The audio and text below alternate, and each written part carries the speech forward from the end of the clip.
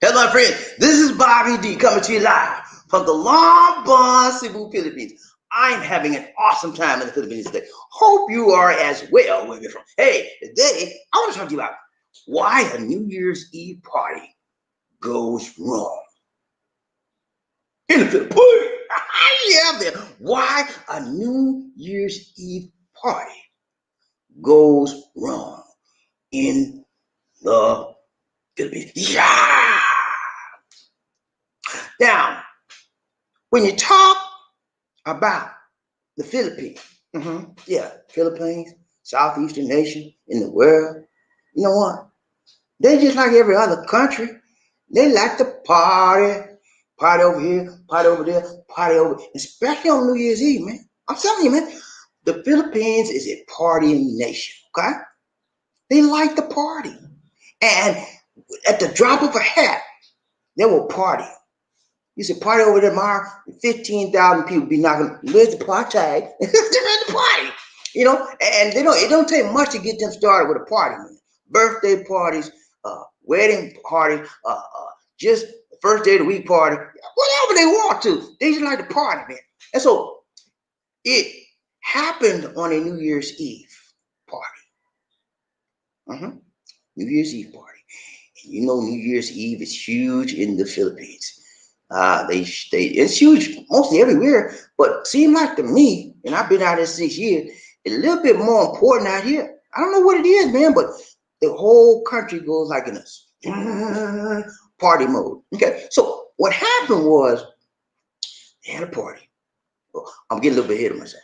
I'm so glad to be here today, and I want to wish you all again another happy new year in the 2021 and the year we only just begun. This is a new year, new day, new way, new say, and we're gonna make it happen, Cap. And I don't know about you, but I have my goal set and I have my mindset. More importantly, you can have goals all you want set.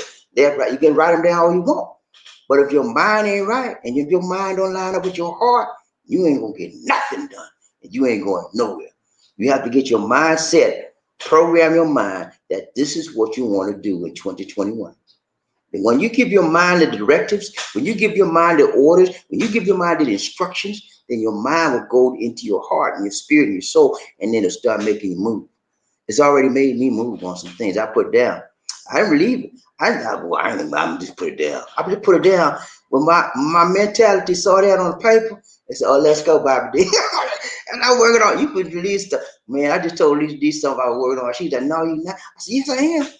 I'm working on stuff that I never dreamed I would work on." And I'm not going to reveal all the stuff I'm working on now, because sometimes somebody told me the other day, when you tell people your dreams, they try to kill it. Can you believe that, man? You tell people your dream, they become snatchers, dream snatchers. They try to snatch your dream from your life. They try to snatch your dream from your heart. They try to snatch your dream from your mind. And spirit. So, and that happens, man. Yep. Because the people are haters. A lot of people are haters. And the very people you love the most sometimes can be your worst hater in the world. They're playing with you. Look, call your family member up and tell them something. You just play a game with them. Fool them. Sister girl, what's up, baby? How you doing, sister? I ain't seen you. You all right? Love you. I just called to see how you doing. You know what? What you want, brother? I want to tell you something. I want to do, and I'm doing. I'm working on. I'm trying to get this in my mind, and I'm gonna be a brain surgeon. That what you gonna say? You gonna laugh at you like it? You say what, brother? Say it again for me. I want to ask some more. I want to be a brain surgeon. She laugh again, and then next thing you know, she done poured in your mind. You ain't nothing about no brain. You don't know nothing about no brain surgery, boy. You ain't never had no mind for school anyway. You ain't about nothing. Get that out your mind. Next thing you know, you done got out there. She snatched your dream. Okay? Come on, man. Time out for that at 21. I'm telling only limited people, Lisa D, and that's it. And the Lord. And I'm going after it. Huh? Yeah, you think I'm playing, man? Ain't nothing gonna stop me but me. At least ain't gonna say nothing negative on me, because she's a very powerful. When she see me say I want some to do something, she says, "Okay, let's go, let's do." That's what she do, and I like that about her. She don't put me down like a lot of people out there. Some of y'all be putting me, BobbieD ain't nothing. I know you, man. Some of y'all did it. BobbieD ain't about nothing. We talking about ain't about nothing. I didn't hear nothing. Yeah, I know. That's why I can't share everything with you. I try to be as transparent as possible, but there's some things I have to keep to myself. Okay, and some dreams I just got to keep it locked inside and when I get it all happening, when I get it all happening, when I get it like Colin Kaepernick, then I let it out. I take a knee. I take a knee there because it's done, baby. It's done. It's done. It's done. It's one and done. And I take a knee on that thing. I ain't got to sneak it and hide and say, slip and slide. I said, look here. This is what I've done. Examine the best. Because I am the best. You know? Anyway, I don't know where I'm going for that. But anyway, today we're going to look at a very, very tragic story. Of a young lady. And it's very, if you have any sympathy, if you have any humanity, you will be a little bit hurt by this. I know I was when I saw it. I had it happened on New Year's Eve, and I was going to bring it. And I said, no, I don't want to do that. I don't do that. And then I decided, okay, I need to bring this because it's the talk. This is one of the I bring things that the entire Philippines is talking about.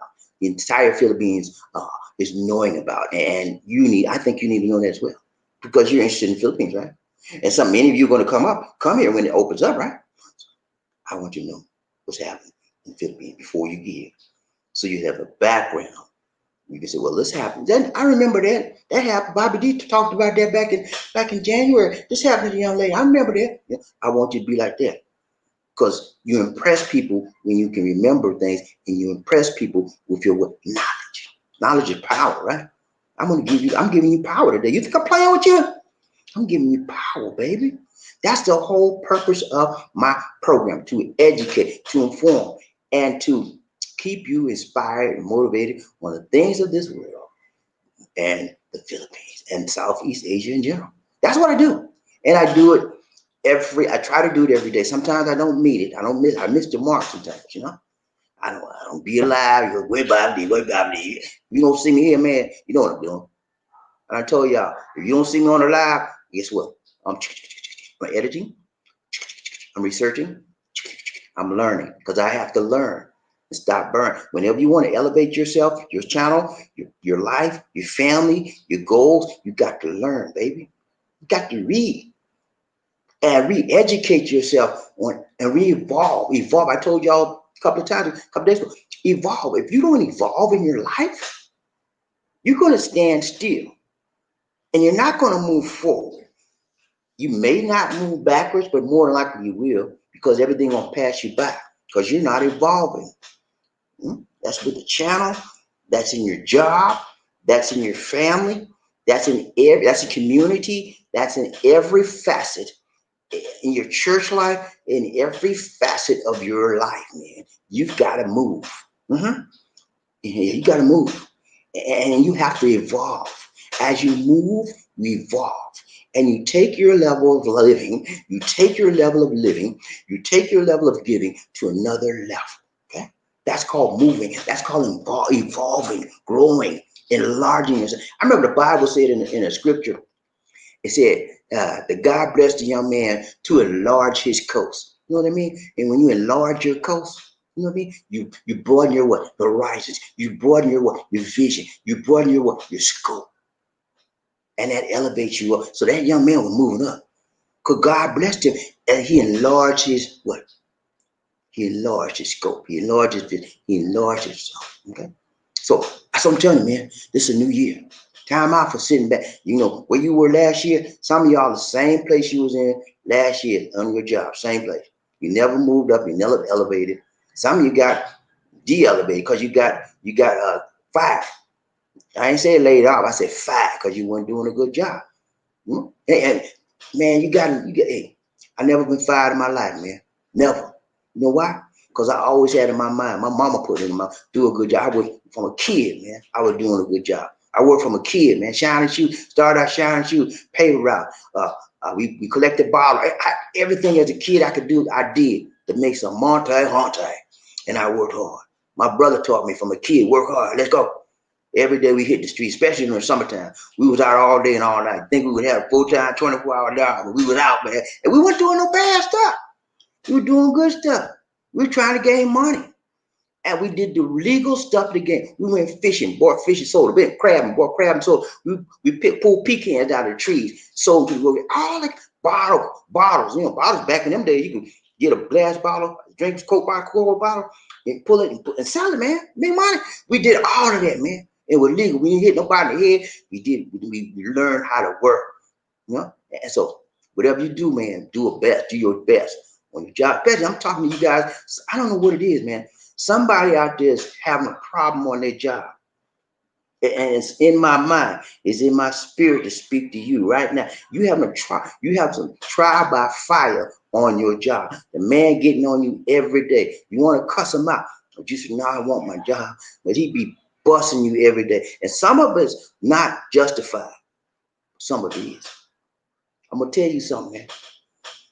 I'm going to tell you something. You better get this while you can. I may never say this again. You better learn to live with whatever's in front of you and deal with it. Right? He on you for a reason. You know why he's on you? Because he see you better than what you're doing on this job. He see you just half, I won't say a bad word, but I ain't going to say it. I'm going to say half button it. Y'all know what I'm trying to say. You're doing a half butt job. He sees the potential in you. Yeah, it's a male supervisor. He sees the potential in you. He sees himself in you, that he was like that back in the day. And that's why he on you every day. Not because he don't like you. He likes you. But he knows you can do better. He's trying to get the best out of you. And you say, no, I don't know where you are picking on me. Every time I come here, I do my, no, you do the basics. You can do better. That was put in my spirit. You watching me right now. I'm speaking to you. Yeah, you do better, be better, and better things will come to you. You complaining about your job? Here's a reason why you complain, because you can do better. You ain't doing. When you do best on your job, when you do your best, you have no complaints because you're doing what you're paid. Right now, you're doing a half-butt job, and the man getting on you because he likes you, but he's not letting you know that because he wants to get the best of you. And he knows you can do better. All right, that's it, man. I'm going to let that go. Put that in my spirit to say to you. You better get that, and you better take that, and you better receive it. Because if you don't, you might be out of a job. Because if he can't straighten you out, we're going to let you sit up there and perform. Your performance level be low. Everybody else up here and you down there. You think you want to let you sit there and slide? I had to tell you that, man, before you lose your job. All right, let's go. Thumbnail for the day, thumbnail for the day, thumbnail for the day. Who we got? Ride the train, BobbieD and LisaD, One Nation under a goo. Thumbnail for the day. Here we go. Party goes on, man. You see that young lady right there, man? Gorgeous, beautiful, young. She's 23 years old. And she went to a party, man. And my. Everything under the sun that went wrong. Okay? And some of you might have heard this story because it's been out for a while since the first New Year's Eve. But I was going to do it, and I was so hurt by it. And I said, I got to do it because people need to know the truth. What could happen to your daughter? What could happen to your sister? What could happen to your auntie? Your mom. Yeah, your mom. Some of you got mamas, young mothers too. Some of your mothers had you when they were like 15 and 16, and you like 30, and they're like 45 or whatever. Y'all better around the same age. So she's still partying, right? She can go to the party too, and things happen to this girl can happen to her too. Yeah. So any female man, this could have happened to her. So I want to show you, man, and it could have happened anywhere in the world, but it just so happened that it happened in the Philippines, and that's where I'm living. So I bring it to you tight, right, long and strong, baby. I don't pull back, no punches. I don't sugarcoat nothing, okay? Because I believe you deserve the truth, the whole truth, and nothing but the truth. So help me and you, God. Are you with me, GP? Let's go. Thumbnail for the day one more time. Thumbnail for the day one more time. Party goes wrong. Party over here, party over there. Beautiful young lady, 23 years old. Her name is Christine Dacera. Okay. You know what I do, right? You know what we're gonna do, right? You know what we're gonna do next, right? I focus you, man. Let me tell you this. Anytime you get in a program, anytime you get in a job, anytime you get in any type of situation, school, whatever, focus yourself. Find a focus. This focus leads you to down the pathway where you should be going. Know your stuff. And in order for you to go somewhere, you have to know where you're going. Okay? And you have to have an idea of how you're going to get there. That is your focus. Okay? So whenever you get involved in any situation, on your job, your boss man says, I'll see y'all in the room tomorrow, 8 o'clock, 8 a.m.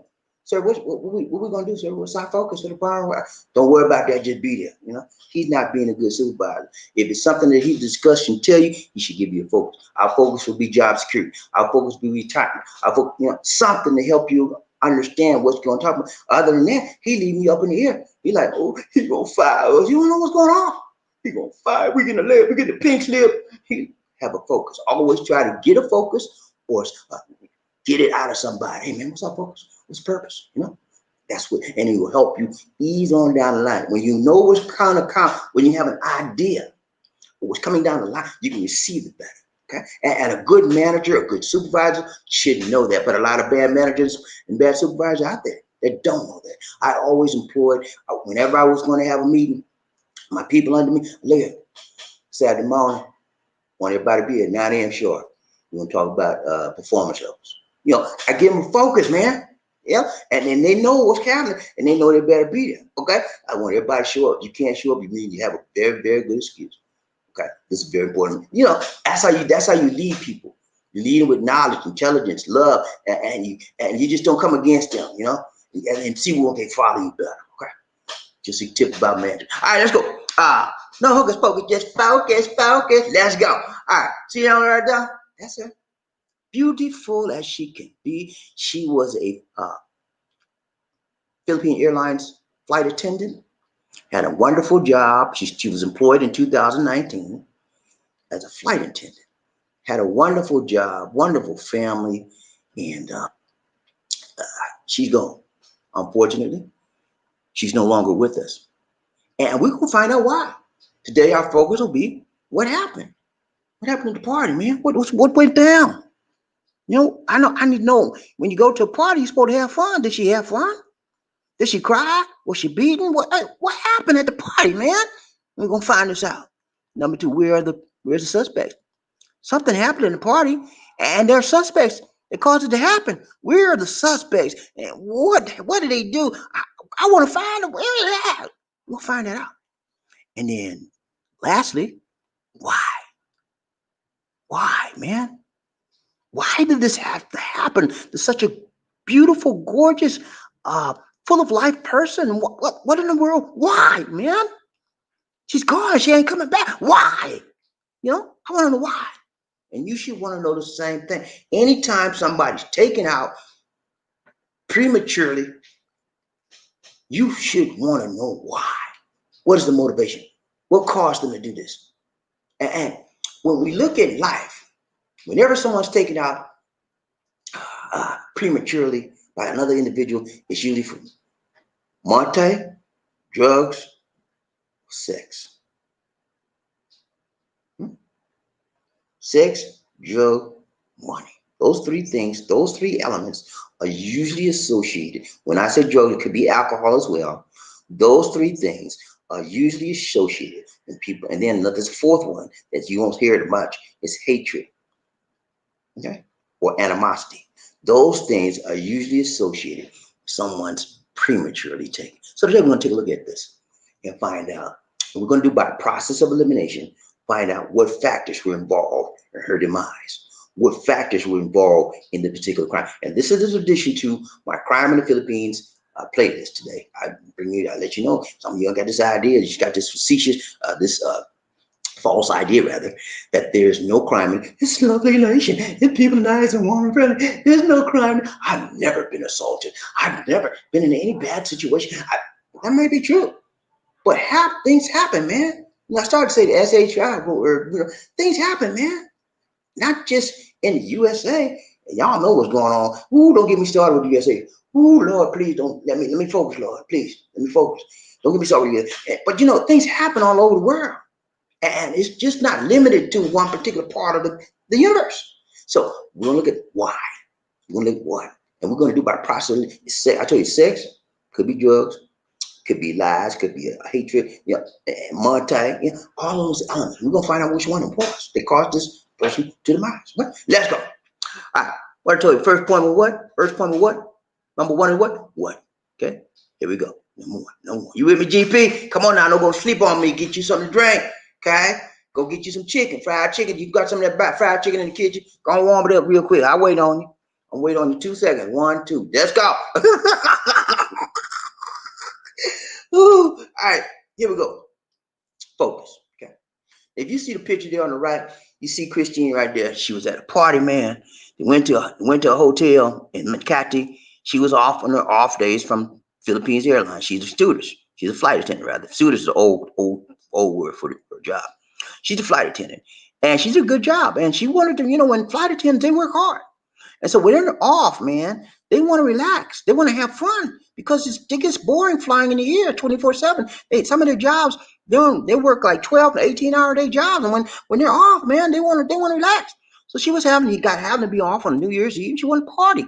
There's nothing wrong with that, man. Most people want to party something when they get off on a New Year's Eve night. Wouldn't you? I know you don't answer that. Don't answer that. But yeah, she wanted to party, man. And so she called some of her friends. They called her, let's go to parties. And they rented a hotel room. Mm-hmm. She had three male friends of hers, she knew, and they just all happened to be gay men. She knew a lot of gay people, and they was three male gay men. Okay. And she was one of their best friends. She said, let's go rent a room, have some party. And so they rented a room. They went to Makati. She was off. They went to Makati. They rented a room and they was going to party. They started the party, man. It's New Year's Eve. Let's party. It was at the City Garden High-End Hotel in Caddy. And she had three male friends with her. All of those male friends just happened to be gay. But guess what, y'all?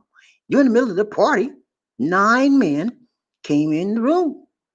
And they were partying. They wanted to party also. Yeah, there was another room that they had their party in, right? So they said, look, they're partying over there. Can we join you, please? They join them? They had a party. So how many people? How much is 9 and 3? 9 and 3 is what? You can't count. I said 9 and 3, man. Not 9 and 13. 12. So it's 12 people, man. 12 people. 12 men in the room. Okay. 9 men and 3 other men. That's 12. Her was 13 people. Anyway, they had a party in the room, man. And Christine went from room to room. She was just having a good time. You can see her in the hallway there. She's going from one room to another room, and she was talking to the men. And then there's so many pictures out there on the internet about this, man. The actual footage of CCTV is out there. I didn't want to bring that to you because I don't try to bring all of the gory details. But in the CCTV video, you will see her. I don't know if she was high. I don't know if she was inebriated. I don't know if she was full of. I don't know what happened. But in the CCTV video footage, you will see them picking her up. Some of the men were picking her up, and they were going. Guess what? They were going from room to room with her. Okay, picking her up, man. And I was surmised that it may not have been voluntary, or it may have been. I don't know. Okay, that's part of it. I just don't know. But some of the witnesses say it was voluntary. We don't know for sure. Okay, so she was going from room to room, and they were partying, man. And when people do a party, do what they do? Drink and drink.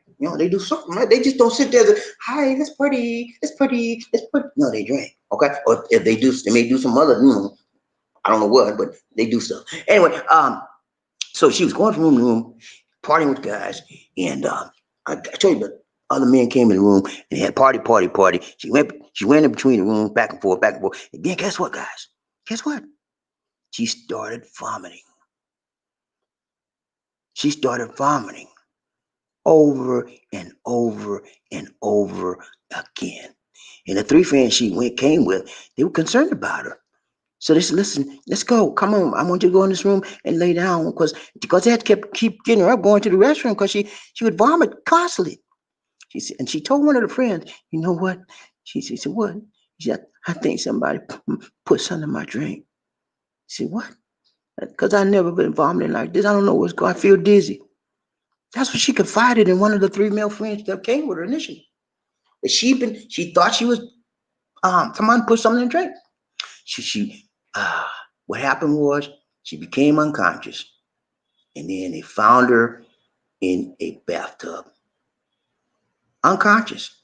So they tried to do CPR on her, right? Didn't work. So they took her downstairs to the hotel. They had a hotel clinic down there. They took her downstairs to the hotel clinic in the chair because she had to carry her because she was unconscious. And they tried to revive her there. They couldn't do nothing. So guess what? Took her to the hospital. The hospital tried to work on her, and then she passed away. Okay, sad. And she was gorgeous, man.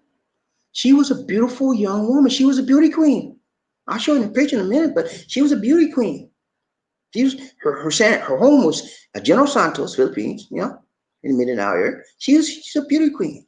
She's a beautiful young lady. Very smiley, happy, pretty. You would when you if you saw her in real life, you would just want to melt her in her away. And when you saw her, you would just melt you away because that's how lively she was, and beautiful she was. And so this happened, unfortunately, to a beautiful person. She's no longer with us. And my opinion is we need to find out why. Hmm? We need to find out what. So the PMP got involved, and they put out all points bulletin on all of the men that were there at the room. 3 of the men, they turned themselves in or they caught them, whatever. They investigated the men and they find out, yada, yada, yada. I didn't do that. I didn't do that. The gay men, they peripherally, I try to say that way. Anyway, the gay men exceedingly said they didn't do anything. Okay, which you would probably agree with. But there were other men there, the other 9 men I told you about. They can't be found. They scattered. And the hotel CCTV footage shows the men that came in the other room, from the other room, leaving what? Early in the morning, they were leaving out of there. Everybody else there. So the question is, why? Why would you leave early at a New Year's Eve party and you booked a room? Wouldn't you want to get your full night's pay that you paid them for? Huh? Wouldn't you? I know I would. I paid for the full night. And it's 12 o'clock the next morning, that's when I leave. I'm not leaving until that time. But they left early. Okay. Anyway, let's continue. Number 2 is what? We looked at what? We looked at where. Let's look at where. Where is that? Where is it? Where. Let's go. Come on now. Come on, baby. All right, where are the suspects? Okay. Where are they at, man? See that lady right there? That's her mother. Look at her eyes. I just wanted you to take 1 second and look at her eyes. That woman's in pain, man. She's just as gorgeous as her daughter was, but she's in pain, man. Her name's Sharon Dacera. That's her mother. She just lost her child. She's in pain. And she doesn't know exactly what happened. Her daughter called her at 12:30 a.m. right after midnight and said, "Happy New Year, Mom. I'm doing okay. Love you." They chatted. That's the last time she heard her daughter's voice. So she's in pain. She thought her daughter was fine, but she wasn't. Death was ruled a homicide. The deaths were ruled due to death due to, not homicide, but the PNP initially ruled the death based on the autopsy as an aneurysm. I spelled that word wrong. Sorry about that, y'all. As an aneurysm, that means that the aortic valve busted in her heart. Okay, and she died because of that. But when PNP and other people that came and looked at the body, they took pictures. And guess what, y'all? The pictures showed what? Lacerations, abrasions. And when they did the autopsy, man, they saw that her part of her body, down at the female part, there was lacerations there, and there was some semen. Not enough to get the DNA, but there was some tracings of semen. So that let them know that she was probably raped or assaulted. Okay. So 3 suspects were caught. They released the suspects for some reason. I don't know why. 3 people with the court. I guess they were the gay boys, but they released them, saying they didn't have enough evidence to keep them. Families told about it. Moms hurt. Everybody in the family like, what's going on? That's our daughter that was just killed. I know somebody that. That's what they suspect. All the other suspects are still at large at this time. The body was embalmed. The family said, we need another autopsy. Y'all didn't do us right. We need another autopsy. That's what they're saying. But guess what? Once you embalm and once you get a body embalmed, can't be no further autopsy because the evidence is already gone. Internal evidence, all that stuff gone. The embalming takes away that stuff. So they're pissed off at the PMP and they're pissed off at the doctor that did the embalming because they said he should have held off on doing that, considering that they may want another alternate autopsy. Okay, let's finish this up. So last point. We're done. This sad story. Okay. Number 3. Focus. Number 3. See her right there? That's when she won Beauty Queen for one of the beauty pageants in Mindanao. And there she is again as a flight attendant for Philippines Airlines. Why did this happen? PMP suggests that it was medical aneurysm. And then they said rape. But they said they tried to close the case and say it was just a medical, she died due to an aneurysm. But people said, look at the pictures we have. There's more to it than that. Then they had to say, okay, well, it's probably rape. They did a bad job of investigating this, guys. Family attorney says it's rape, homicide, and then they changed it. Okay. All of the suspects are still at large, not knowing exactly what happened to Christine. But if you understand how men are, and if you understand what men do when they drink and they party, then you could surmise, that hypothetically, this is hypothesis, that she could have been raped, she could have been drugged, raped, and the aneurysm could have happened to her heart as a result of the alcohol she was consuming and the drugs, the date rape drugs that were put in her drink. Okay, when you mix drugs and alcohol, medication with alcohol, that's a toxic brew. And the person that did the doctor that did the autopsy should have made some type of medical examination to find out what other drugs were in the system that could have contributed to her demise. That was never done. Okay, so family's upset, and I know the whole truth will never come out until they find all of the suspects, and they're looking for them right now. And you know how the Philippines is, right? You know what? You ever heard the province? They're probably on their way or already in the province area hiding. Because a lot of times when something happens here, you hightail it to the province, and they can very seldom find you because people blend in the province. And everything in the province is just spread out. You could have a little shack in the province and dark and in the jungle, and nobody know you there for years. You just enjoying yourself. But anyway, that's what happened, man. Christine Dacera, beautiful young lady, full of promise. She was only 23 years old. Okay, young girl. Beautiful, gorgeous, had all of this beautiful thing we call life ahead of her. Now it's gone. So it's a sad story. And I'm praying that the people that contributed to her demise could be caught. Even if they didn't do it, the other men need to be brought in and questioned as to exactly what happened. Somebody knows what happened. They may have contributed to her death. We don't know. But they do. Somebody knows one of those men that was there. Okay. And so I'm hoping that will happen, and they will catch the guys, the perpetrators that did this, and bring them to what? Justice. Okay. That's it, man. So I got for you, man. It wasn't a very, very happy story. I don't bring all the time happy stories with you, man. You know how I do. I try to bring you variety, and I try to bring you to life. Okay. And I try every now and then I'll bring you a fantasy thing, but most of the time it's straight up life 101, because that's how I am. I don't like to play games. Y'all know me, man. I don't like to play no game. I like to bring it to you straight up, no chase. You know how I do. All right, y'all. Y'all ready to ride this train today? Lee D here today, but she said, y'all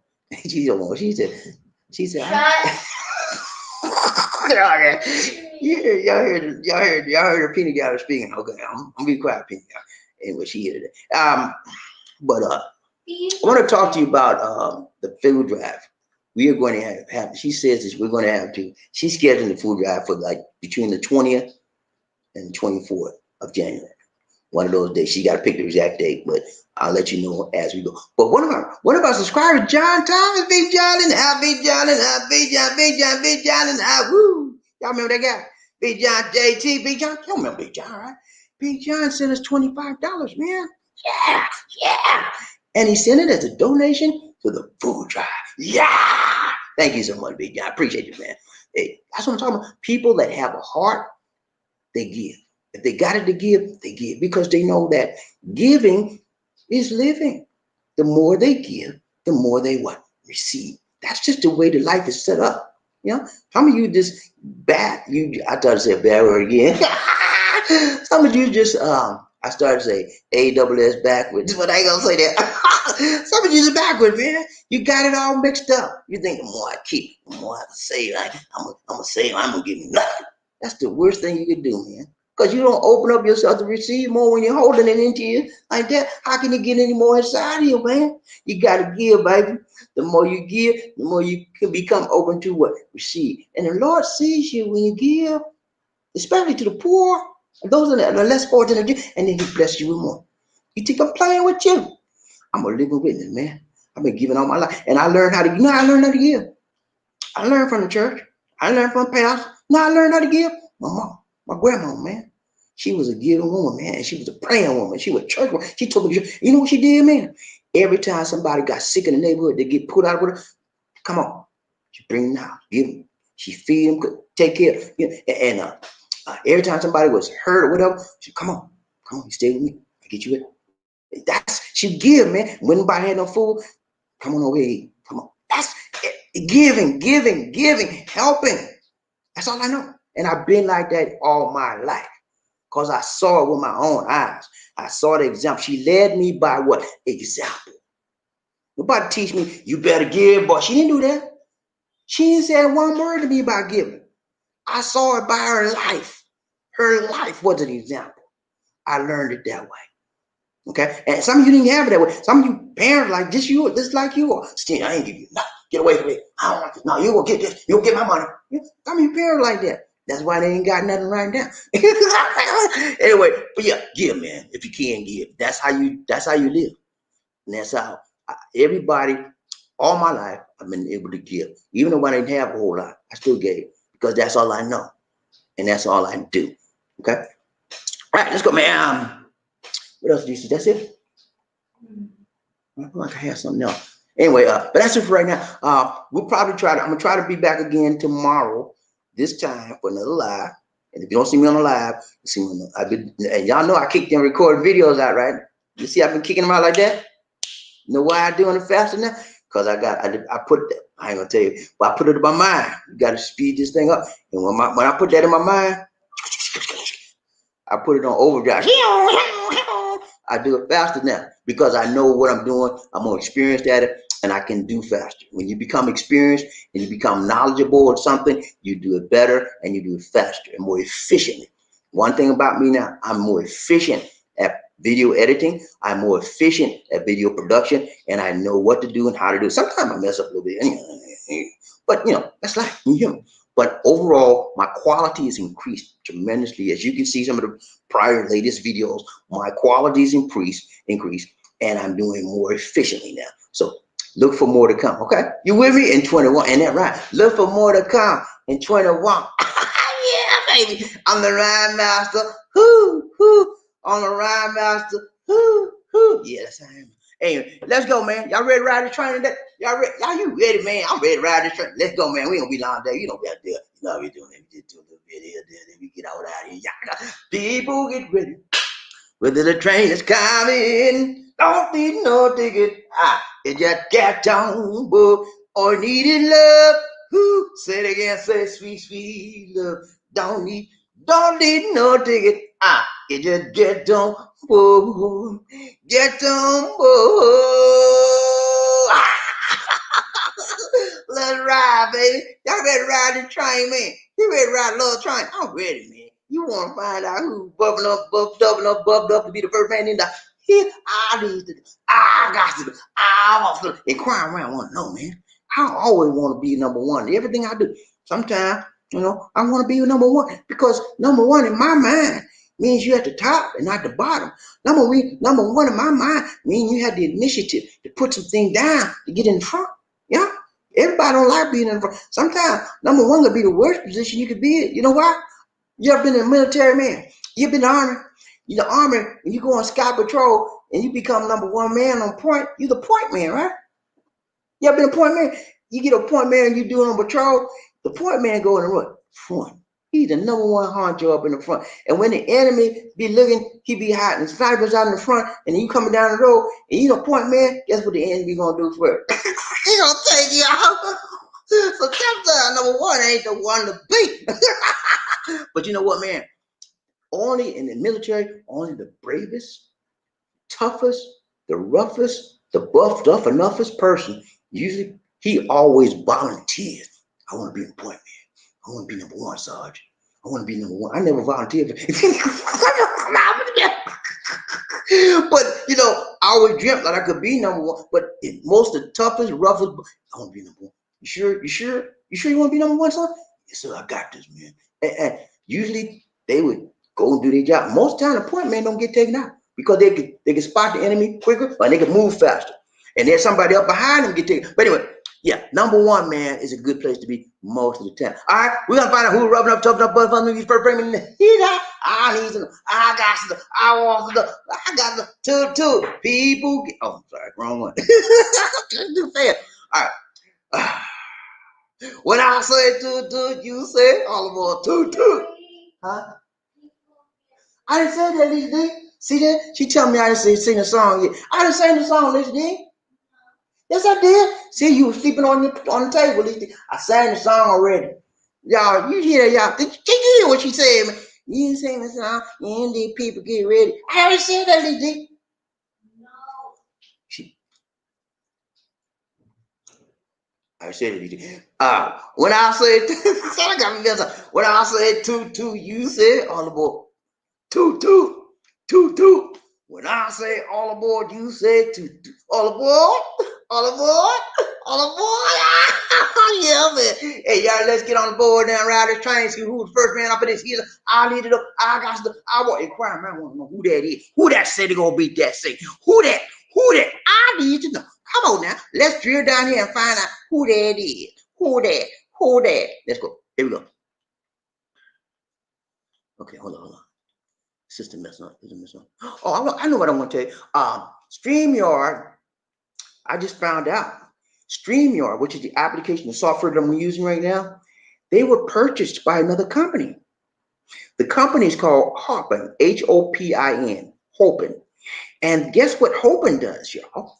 Hopin is like Zoom. They do a visual meeting company like Zoom and Skype, and you know, that's what they do. So they bought them out, and they had a special announcement today when I opened up software.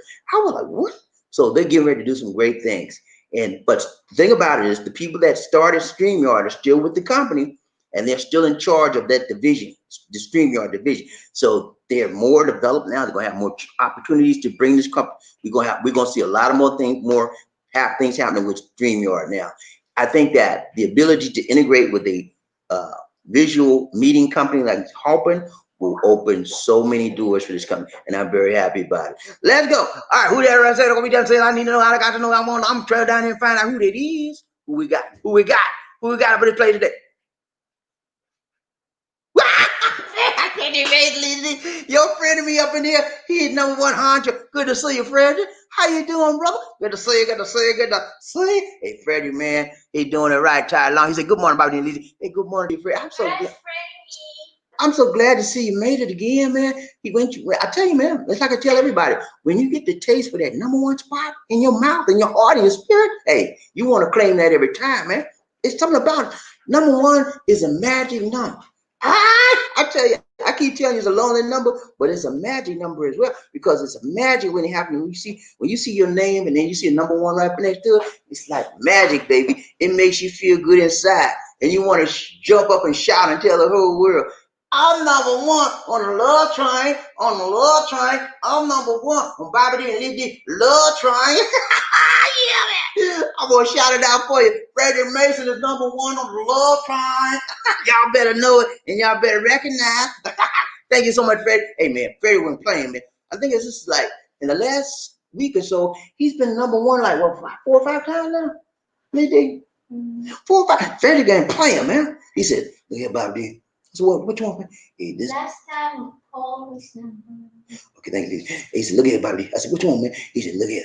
This is 2021." I said, "Yeah, I know." He said, "Yeah, what you want? What you want to do in 2021?" I said, "Don't worry about me, Paul. I mean, don't worry about me.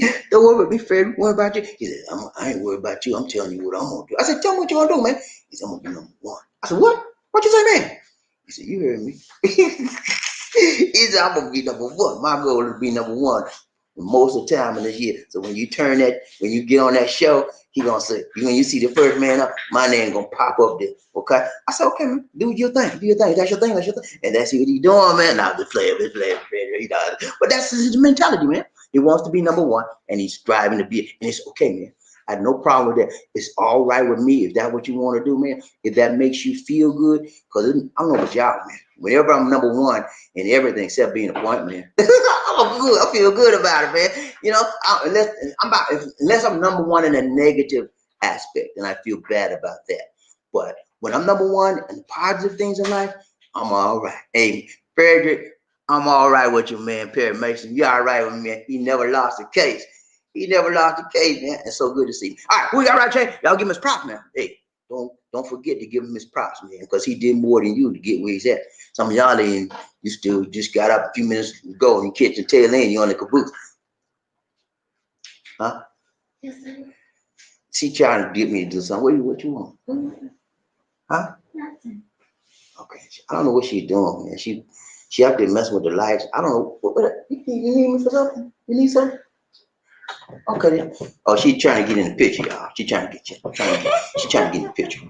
What's up, guys? Hello. So you have to say these things. You're trying to get in the picture. She did all that just trying to get in the picture. Hey, man, I want to take this opportunity to introduce you to a young lady that is very, very special to me. Every now and then we fall out and we break up to make up. You know what I'm saying? We always make up, but you know that's life. Everybody have little disagreements here and there. And you what do? Kick them up, kick people to. Does she kick me to the curb because she disagree with me? Do I kick her to the curb because I disagree? No. It's like a flat tire, man. Until you get that flat tire fixed, you ain't going nowhere. You don't get rid of your car because you got a flat tire, right? You actually say, "I'm gonna get rid of this car because my tire flat." Do you actually do that? You silly. Don't do that, man. Don't do that. If you got a flat tire in your relationship, fix the flat tire. Once you fix that flat tire in your relationship, on your job, in your community, and when you flex it and you fix it, you flex it and you fix it, you flex it and you fix it, you flex it. When you fix that flat tire in your job, relationship, in your community, wherever you are, whatever your situation, then you'll be able to move forward in your life. That's what we do. When we have flat tire, we fix that bad boy. We ain't going nowhere till we get this flat tire fixed in our relationship. And when we get it fixed, it's gone smooth sailing. But yeah, I'm so happy to have you with me, LisaD. Thank you. You're welcome, my dear. You're welcome, my dear. You've been a blessing to me, and every day of my life. But do not tell to the people my secret. She got a secret. She got a secret. I just want to. She got. I told her while I'm still looking young. You got a secret, y'all. I told her I will tell the people her secret. She said, "Don't you tell them my secret. Don't you tell them my secret." I said, "Why I can't tell you secret?" She goes, "I don't want them to know." Well, I ain't gonna tell y'all because if I slip up and tell y'all when we get off this show, I'm gonna have hell to pay. I said, "Shut up." Anyway, she got a secret. When she get ready, she'll tell you. But yeah, how was your night last night, my dear? It was good. Sleep good? Uh-huh. Okay. And what else happened to you yesterday? What did you do yesterday? I What did you do? Washing clothes. She washed clothes. We had a normal day yesterday. She did a lot of stuff outside while I did my thing inside. You know, I did a video, and it takes a while sometimes. You do a good video, man. You think good videos just pop up and say, "Oh yeah, nah." You got to work it, baby, work it. Don't twerk it. You got to work. And that's what I did, man. I put my time in. When you see a good video from me, I put some time in on that thing, man. And most of the time, you see a good video. So most of the time, I'm doing what? Put my time in. And it's okay, man. I love to do what I do, and I do what I love. I love what I do, and you should be in the same position. Do you love what you do, Lisa D? Yeah, I love what you do. Can somebody help me with what she said? Was that English or Spanish? Or Taglish? Which one was that, please? I need to know. Spanish. Okay, Spanish. It was Spanish, okay? It's the new Spanish. The new Spanish. Well, I love Lisa D, man. She's full of fun. She may seem like she's shy around you guys because you don't know her like I know her. But once you get to know her, man, she's all right. You won't like it. You will love her, Lisa D. She's a very nice person. She's tough sometimes. She could be a little tough person, but she's always got love behind her toughness. She gives you what? Tough love. Okay, let's go. Listen, Lisa. Congrats, yeah. Oh, sorry. Congrats, Franny. I got you know you got to do my official introduction, right? Dun, dun, dun, dun, dun, dun, dun, dun, dun, dun, dun, dun, dun. Ladies and gentlemen, ladies and gentlemen, let me introduce you to the wonderful, ladies and gentlemen. Let me take this. I don't have too much coffee. Ladies and gentlemen, let me take this opportunity to introduce you to the vivacious, the curvaceous, loquacious. Yes, curvaceous. You got some curve. See, when I met Lisa D, man, she was like, damn. Now she like, wow.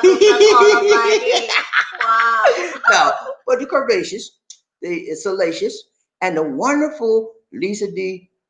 Tuba Queen. Thank you, ladies and gentlemen. Appreciate it. Thank you for the applause, ladies and gentlemen. Thank you. How you doing? You all right? All right, that's it. Okay, you want to say anything? You want to say anything? Your lips are sealed. Why your lips are sealed?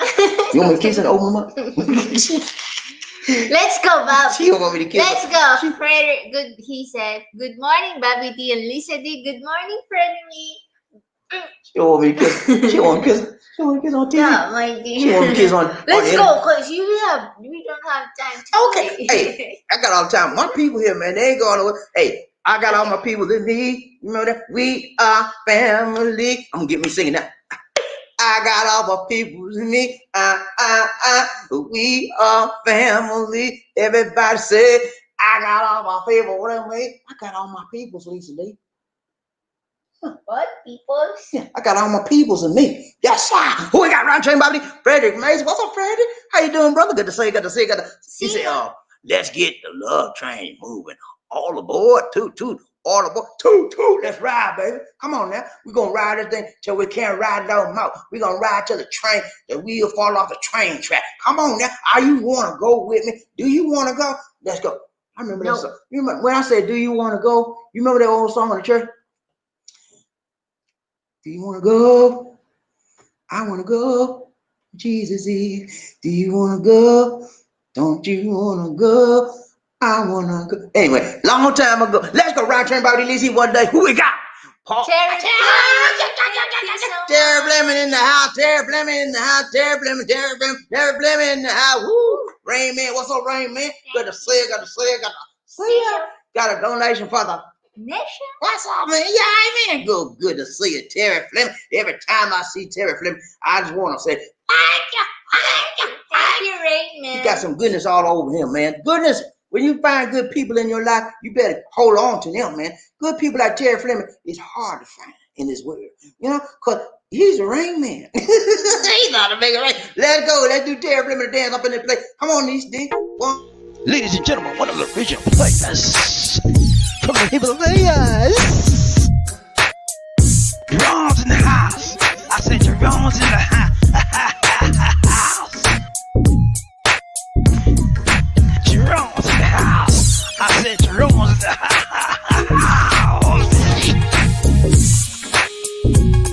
Come on, girl, let's do the penguin.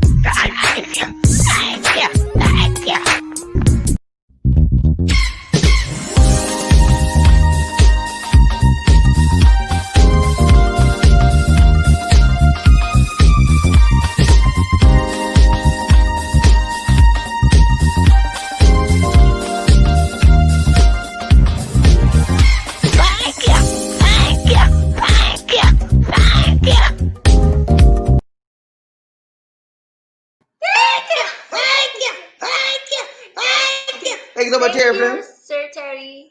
Rain Man in the house. Thank you so More much. blessings More to you, much blessings love, to you. dude. Much love. Hey, so good to see you, Terry Fleming. I'm still working on your t-shirt, man. I don't know what's wrong with these people. I'm gonna call them again.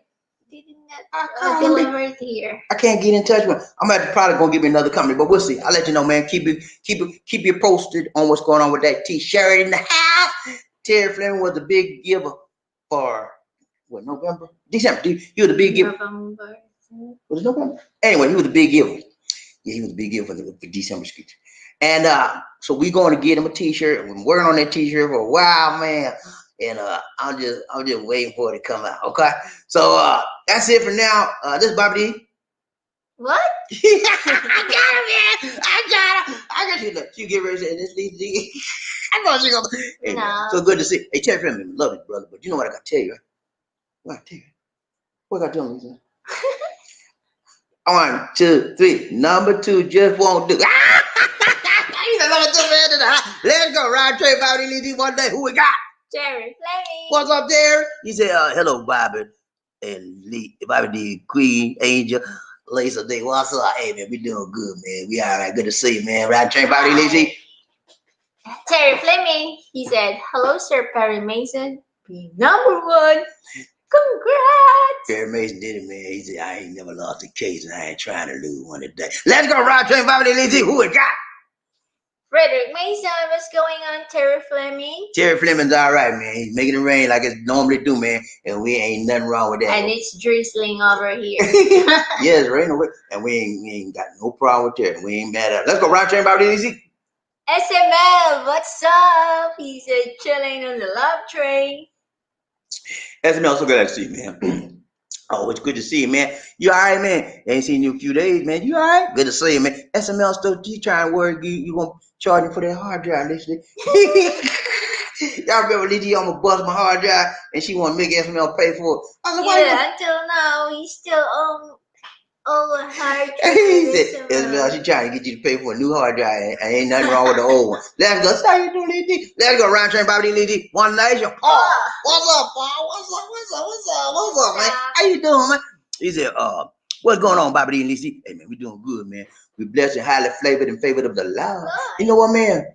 Every day since Wednesday, man, I've been thinking about the United States of a doggone America and what's going down in the universe of the USA.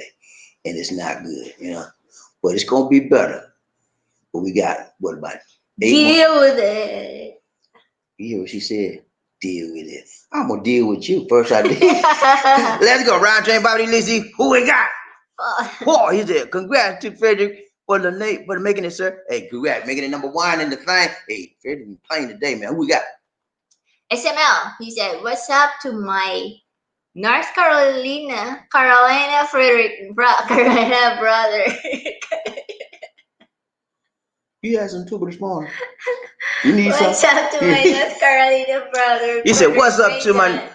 to my NC North Carolina brother Frederick Mason? Hey, y'all from North Carolina? Okay, I didn't know that, man. So I got 2 brothers from North Carolina up in the house today. And I used to live in North Carolina. Guess where I live, y'all? Guess where I live? Queen City, baby, Charlotte. Yeah. I've lived in Charlotte for 3 years, and I'm proud of it. Is it cold over there?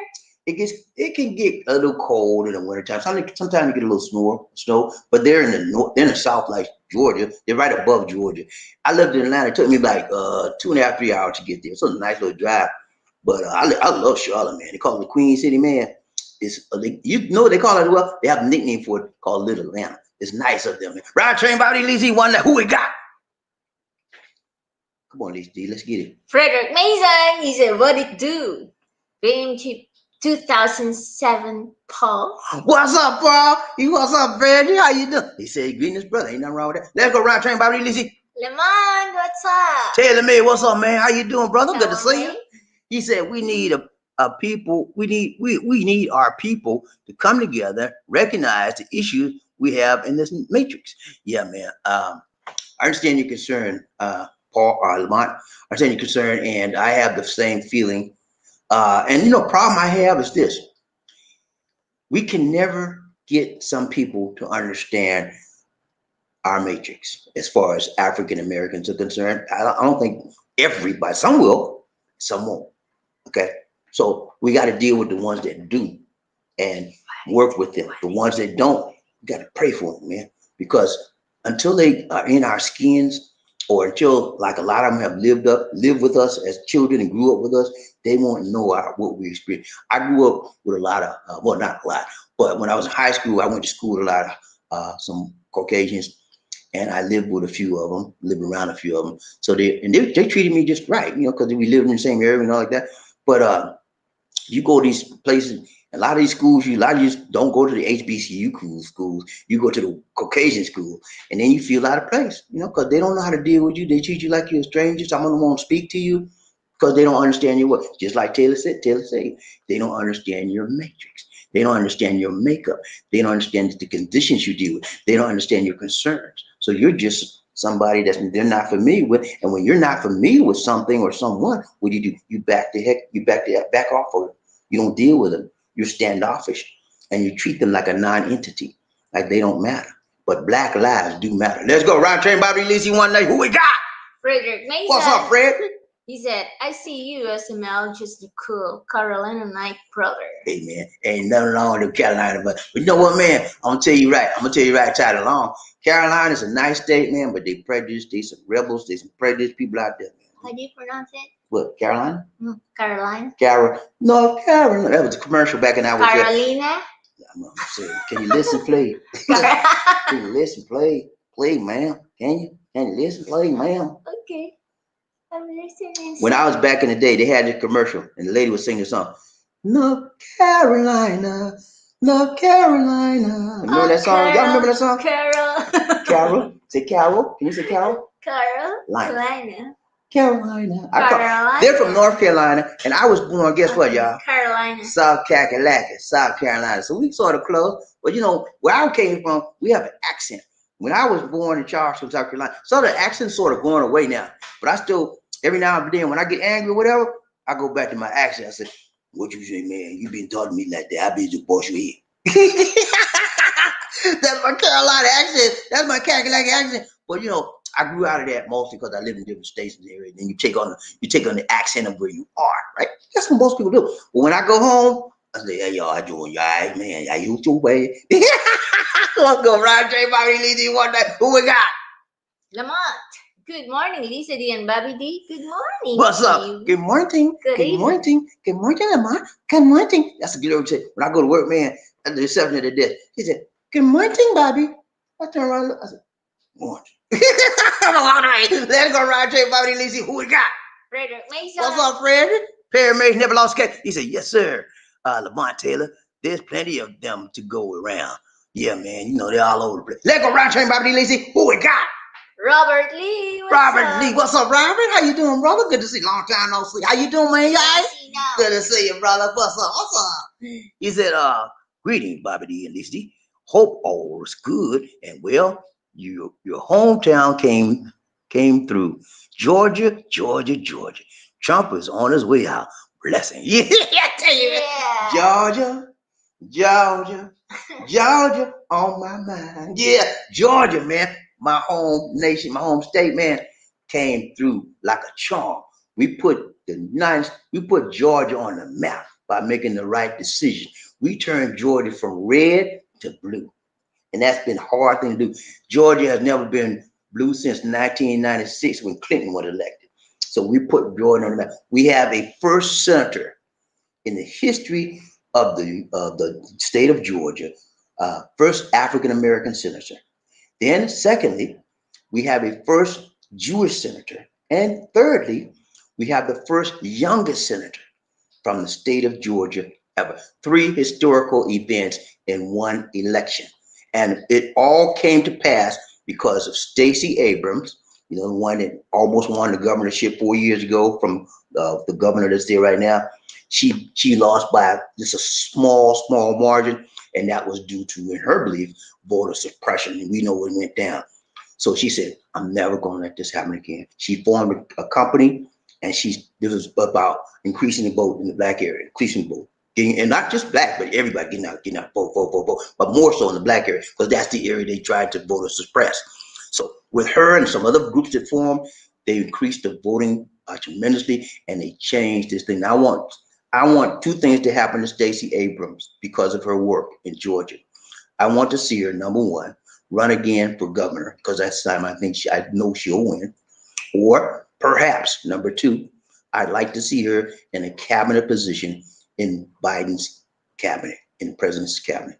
Those are the two things I want to see from her. She's an awesome person, and I want to thank everybody that voted for the senators from Georgia, Osman and Warnock. I want to thank everybody that went out, took the time, shook the time, booked the time, crooked the time to get out and vote. Cook the time. Yeah, crook time. You gotta crook. Hook over crook. Sometimes you gotta hook the time, and sometimes you gotta crook the time. You know what I'm saying? And you gotta book the time too. But they did that fine. Let's go, Ryan Train, Bobby Lazy. I knew. What's up, on you? How you doing? He said, I'm here. I'm watching the Tampa Bay Bucks. Tampa Bay, how they doing, man? I hope you see Tampa Bay got Tom Brady. They should be doing. I think they're playing Washington. They should be beating Washington. I hope. Tom Brady, when Tom Brady gets in the playoff mentality and the mode, it's like a whole new season, and he turns it on usually. We'll see what happens. Round train, Bobby Lee, see one. Who we got? Robert Lee said, control of Senate Democrats. Yes. Yes, control of the Senate Democrats is what happened. That was the major focal point of that race. We had two opponents, which were Kelly Loeffler and I think Durden, whatever, I forgot his name. But it was two opponents. They were rich people. Kelly Loeffler is almost a billionaire. And then the other Perdue, David Perdue, his family owns Perdue Chicken, which is a big chicken company. They got money out the hill. So he had money. Plus he had, anyway, two people rich against two poor people. And the poor people won out. You know why they won out? They were not crooks like David Perdue and Loeffler were. They were crooks. They were benefiting the rich. Those two people were for benefiting the rich. Warnock is a pastor of Ebenezer Baptist Church in Atlanta, Georgia. You know, that's the church where Martin Luther King went. So he was about the people, man, looking out for people.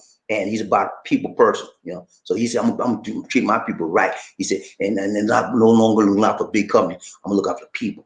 And so when you understand the enormity of this race, of this election, it had a tremendous ramifications for the entire nation.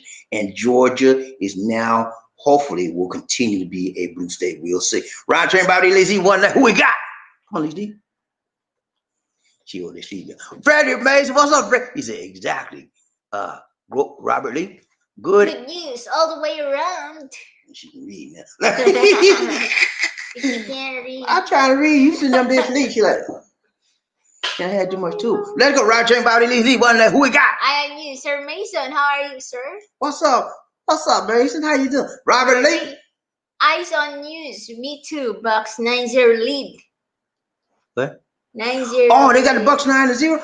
Okay, I told you, man. Wow. Tom Brady get us in playoff mode. It's gonna be hard to beat him, man. I mean, they might run the table. They might run all the way up to the Super Bowl with Tom.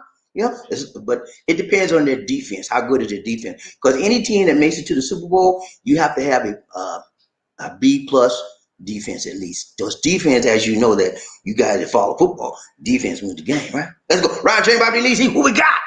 Frederick Mason. Everything is everything.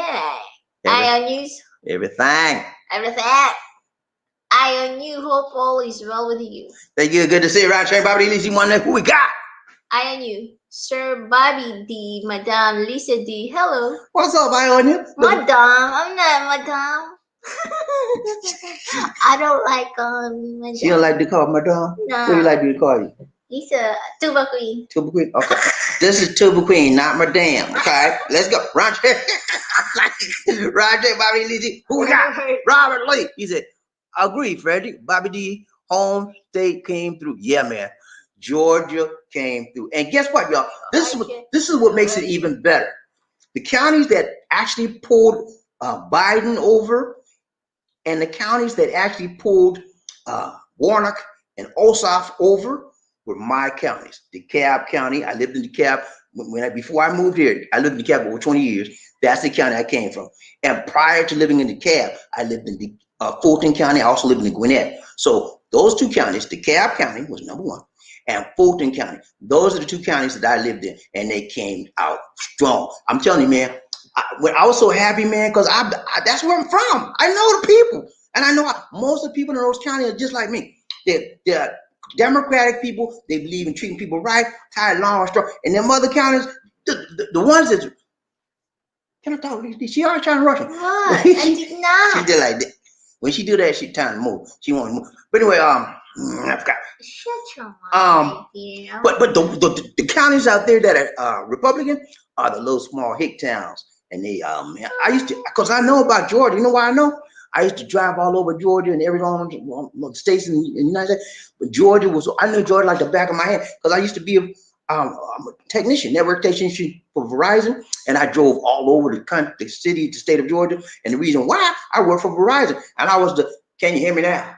Can you hear me now? I was the can you hear me now, man. You know how the old commercials, man, said, can you hear me now? He go to one other place and can you hear me now? He was testing the what? Signal. He was testing the towers, the cell signals for the towers all over. And that's what it did. So I know about Georgia. And whenever I got to those small rural towns, them hick towns, I was like, y'all's a ball. I know you just want to get some gas, boss. Come on, kid, man. You know, hey, I'm in a doggone company truck. I'm my company truck, right? And I'm gonna come in there and say, get him, get. No, but you like, get him, boy. I'm like, nah, I played it low, baby. I wasn't crazy. I'm by myself and going these little small. But I only got gas when I need it. I'm running low, and the only thing I see is a little mom and pop shop, and they got on the rebel flag and Make America Great. All that, but it wouldn't Make America Great. But they had a rebel flag back in them days. I'm like, oh, man, be careful when I come in this place. And the rebel flag hanging out on the side of in the front of the store. I was like, I better be careful running there. Let's go, right? Train, Bobby, let's see who we got. I knew. I thought you were reading. He said, good to hear, Mr. Mason. What's up, I you? Good to hear, right? Train, Bobby, I got this, Lady. Let's go, right? Train, Bobby, whatever it is, let's go. Let's go. Let's go, right? Train, Bobby, Lizzy, one day. Who we got? Robert Lee, where's LisaD, BobbieD? I'm here. I was at the back. Robert Lee coming to us from Facebook, man. Yeah, all right, man. She was at the back. She was here. No, he's in YouTube, my dear. What does that say right there? R. Huh? R, letter R. I thought that was a Facebook sign. I'm sorry, I gotta take my glasses out, y'all. It's the color. I'm sorry. He says it's an F there. That looks like Facebook. R. But it looks like an F to me. Okay, this is a small letter R. Sorry about that. Anyway, good to see you, man. She was here. What she does, y'all see me right here, right? But at the back of me, you can't see nothing in the back of me, right? So she said, hi, me. I don't want to see them eat my food. I don't want them to see me eat my food. So I hide her in the back so y'all can't see her. Then when she say something, she can't, she can't tell from talking, right? And she say something, or she clank her plate, clink. I said, okay, y'all, peanut gallery. And then I turn around, y'all say, Roger, BobbieD, Lizzy, who we got? Murphy, what's up, Murphy? How you doing? What's up, Donnie? Good to see you. Good to see you. Good to see you. He's BobbieD, Lizzy. What's up? What's up, man? Y'all, good to see y'all, man. Y'all know how it is, man. I done thank God for all the people in the house, man. You know what, man? I be thinking about, I hope nobody get hurt out there, you know, and I hope y'all stay away from the DC area because between now and the 20, man, it's going to be some more mess, okay? Y'all, if you don't have to go to the DC area, please, man, please, don't do it, man, because it's going to be some more mess. Old boy ain't through yet. You know, he's still in office, you know what I'm saying? And he's still gonna do some crazy stuff. They're trying to impeach him now. And I hope they get successful, but it's too short a time to go to impeachment. It's 10 more days left. Yeah, it's just not enough time to do all that. And they're trying to get him resigned. I gave you that video about what he do with resign, stay with the lady, Letitia James. She's in New York State Attorney General, and she told that when he can resign, and then he gonna get Pence to pardon him from his crimes. So I hope that's the route he take. But guess what, guys? He cannot pardon himself over the state crime, and he done a lot of damage in the state. Round train, BobbieD, Lizzy, one day, who we got? Step on that. Holiday. I knew, he said. Only problem I am having is the Philippines keep closing their doors. Right. And not only the Philippines, every nation in the world doing it, buddy. USA should be doing it too. They're not smart, because there's another variant of the virus coming out. So they got to do lockdown again. So Philippines is locked down. I gave y'all a list of the countries that were locked down a few days ago. They have added to that list hundreds of, not hundreds, but many, many more countries have been added to the list of countries that are locked down. They're going to be locking down until the end of this month. And after the end of this month, they'll see if they can open up again. But they're trying to stay safe like everybody else. I hate it. I know a lot of people out there are catching it because of that. You got your loved one here. You want to see them. You want to come back and visit. And I know, man, it's hard, man. It's hard. I remember when I was in the United States of a doggone America. And I was working hard every day, 5, 6 days a week, 8, 10, 12 hours a day. The only thing kept me going, man, the lady right here. I gotta go, man. I know I got to do. I be tired of the dog, man. Come on. I be on the road for like a week straight, right? Driving. I come home, get a few days, I'm so tired, man. I can't even get my stuff out the car. I got myself out the car, opened the door, turned the AC on. I sat down on the couch. I passed out till 1 o'clock in the morning. I was, what's going on? That's how tired I was. But you know what kept me going? Was that lady right there and the idea and thought that I had to go to work for. Let's go round train, BobbieD. Freddie Mason, he said, how you be, sir? Hey, how you be? How you be? How to be you? No, he said, how you be? How you see? How you eat? How you be? How you How see? to be you? Let's go round train, BobbieD. Who we got? I knew you, among others, are waiting to get into the Philippines. All we can do is wait for them to open up. Keep Yes, us sir. safe. That's all we can do and pray. But that's not all we can do. In the meantime, while you're waiting, you always want to do what? Work it, baby. Work it. You got a job, get you some overtime. They offer overtime, do your overtime. More money on time, right? Get more money for you in your pockets, right? When you get here. And make your plans firm. You have time to firm up some things. You have time to plan. You have time to get things that you want done back before. You get them done now. So use your time wisely, guys. Work, read, prepare, program your mind, get your heart right, and get your relationship right with your woman before you get here. Some of y'all are going to shake your ground. You don't know whether to keep her or to get rid of her. Keep her, get rid of her. Keep her, get rid of her. I'm telling you, man, it's cheaper to keep her. Let's go. Roger. Roger, BobbieD, one day. Who we got? I knew. He said, Sir Hayes, that football game made you late? Hey, be watch the game, man. I don't blame you, man. If I could get the game, I'd be like, later for the love train. Watching football. That's how I be. Back in the day, man, when I was USA, hey man, when it was game time, you better get out my way. I ain't playing, man. Sunday, I go to church on Sunday, right? Guess what I did so I wouldn't miss the game? Guess what I did for church? They had, thank goodness, my church had 3 services. We had 7 o'clock, we had 11 o'clock, and we had 2 o'clock. I went to the 7 o'clock service, man. And I got out on time. And then when time for game day, when it kind of came, I was right at the TV. I had my popcorn. I had my pizza, my iced tea. I had my feet up on the bed. I was like, yeah, let's go. Come on, Falcons. Because when it's time to play, baby, football is my thing. But you know what? I have learned to adjust here. I watch the reruns. I watch YouTube. I catch the highlights. And that's good enough for me, because football is not everything in my life, so I have to make some rearrangement, but I'm okay with it. I had a problem with it when I first got here, man.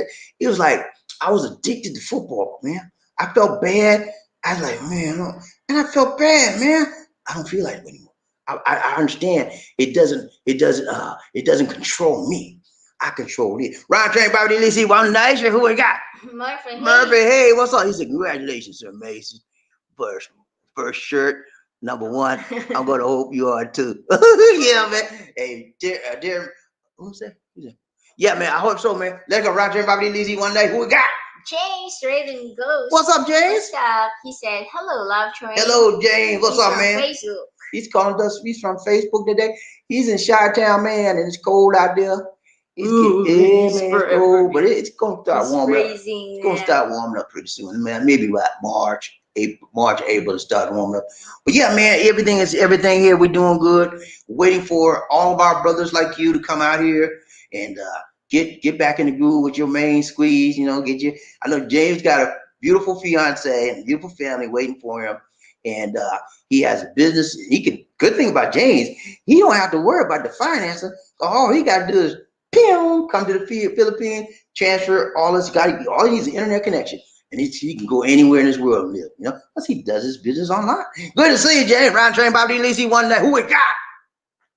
Murphy Hayes. What's he up? Said, What up, sir? I on you news. Fell asleep. Asleep.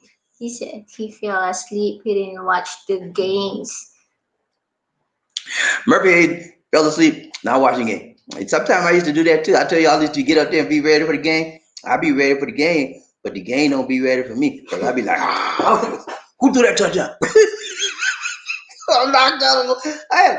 Because after I ate my pizza or popcorn, whatever, and drink my iced tea, man, I feeling good, man. And I be dozing up. Right, Jane, BobbieD, who we got? I and you. True, PMG. True that, man. True that. True that. I and you, he said. All good, Mr. Hayes. By the grace of God, it's all good. God is able, man. God is able, man. Don't let me start talking about God because I'll talk to you all day about the Lord. Lord is my rock. He's my shield. He is my peace. He is my joy. He's my everything, man. Anything you can name as positive, God is it for me. And if he ain't that way for you, you better try to find him because he's right there by your side. You got to touch him, reach out. He said, I'll knock on the door. I'm standing at your door knocking. Any man hear me knock at the door and open the door, I come in and sup with him. And he would, that's what he said. Brian Train Bobby, who we got? Murphy Hayes. What's up, Murphy? I'm ready to get the H out the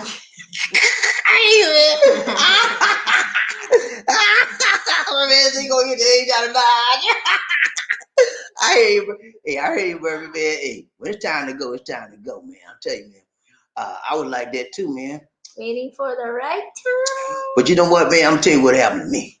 I came here. My last time I came to visit, I came here to visit in 2014, December 24th, Christmas Eve. Cause spend time with LisaD. And I had a month, right? I had a month vacation from providers. So I said, man, I'm going up here and spend more time with my lady for a month. I got here, I get here, man. I get so relaxed and so happy. I said, I don't feel like going back.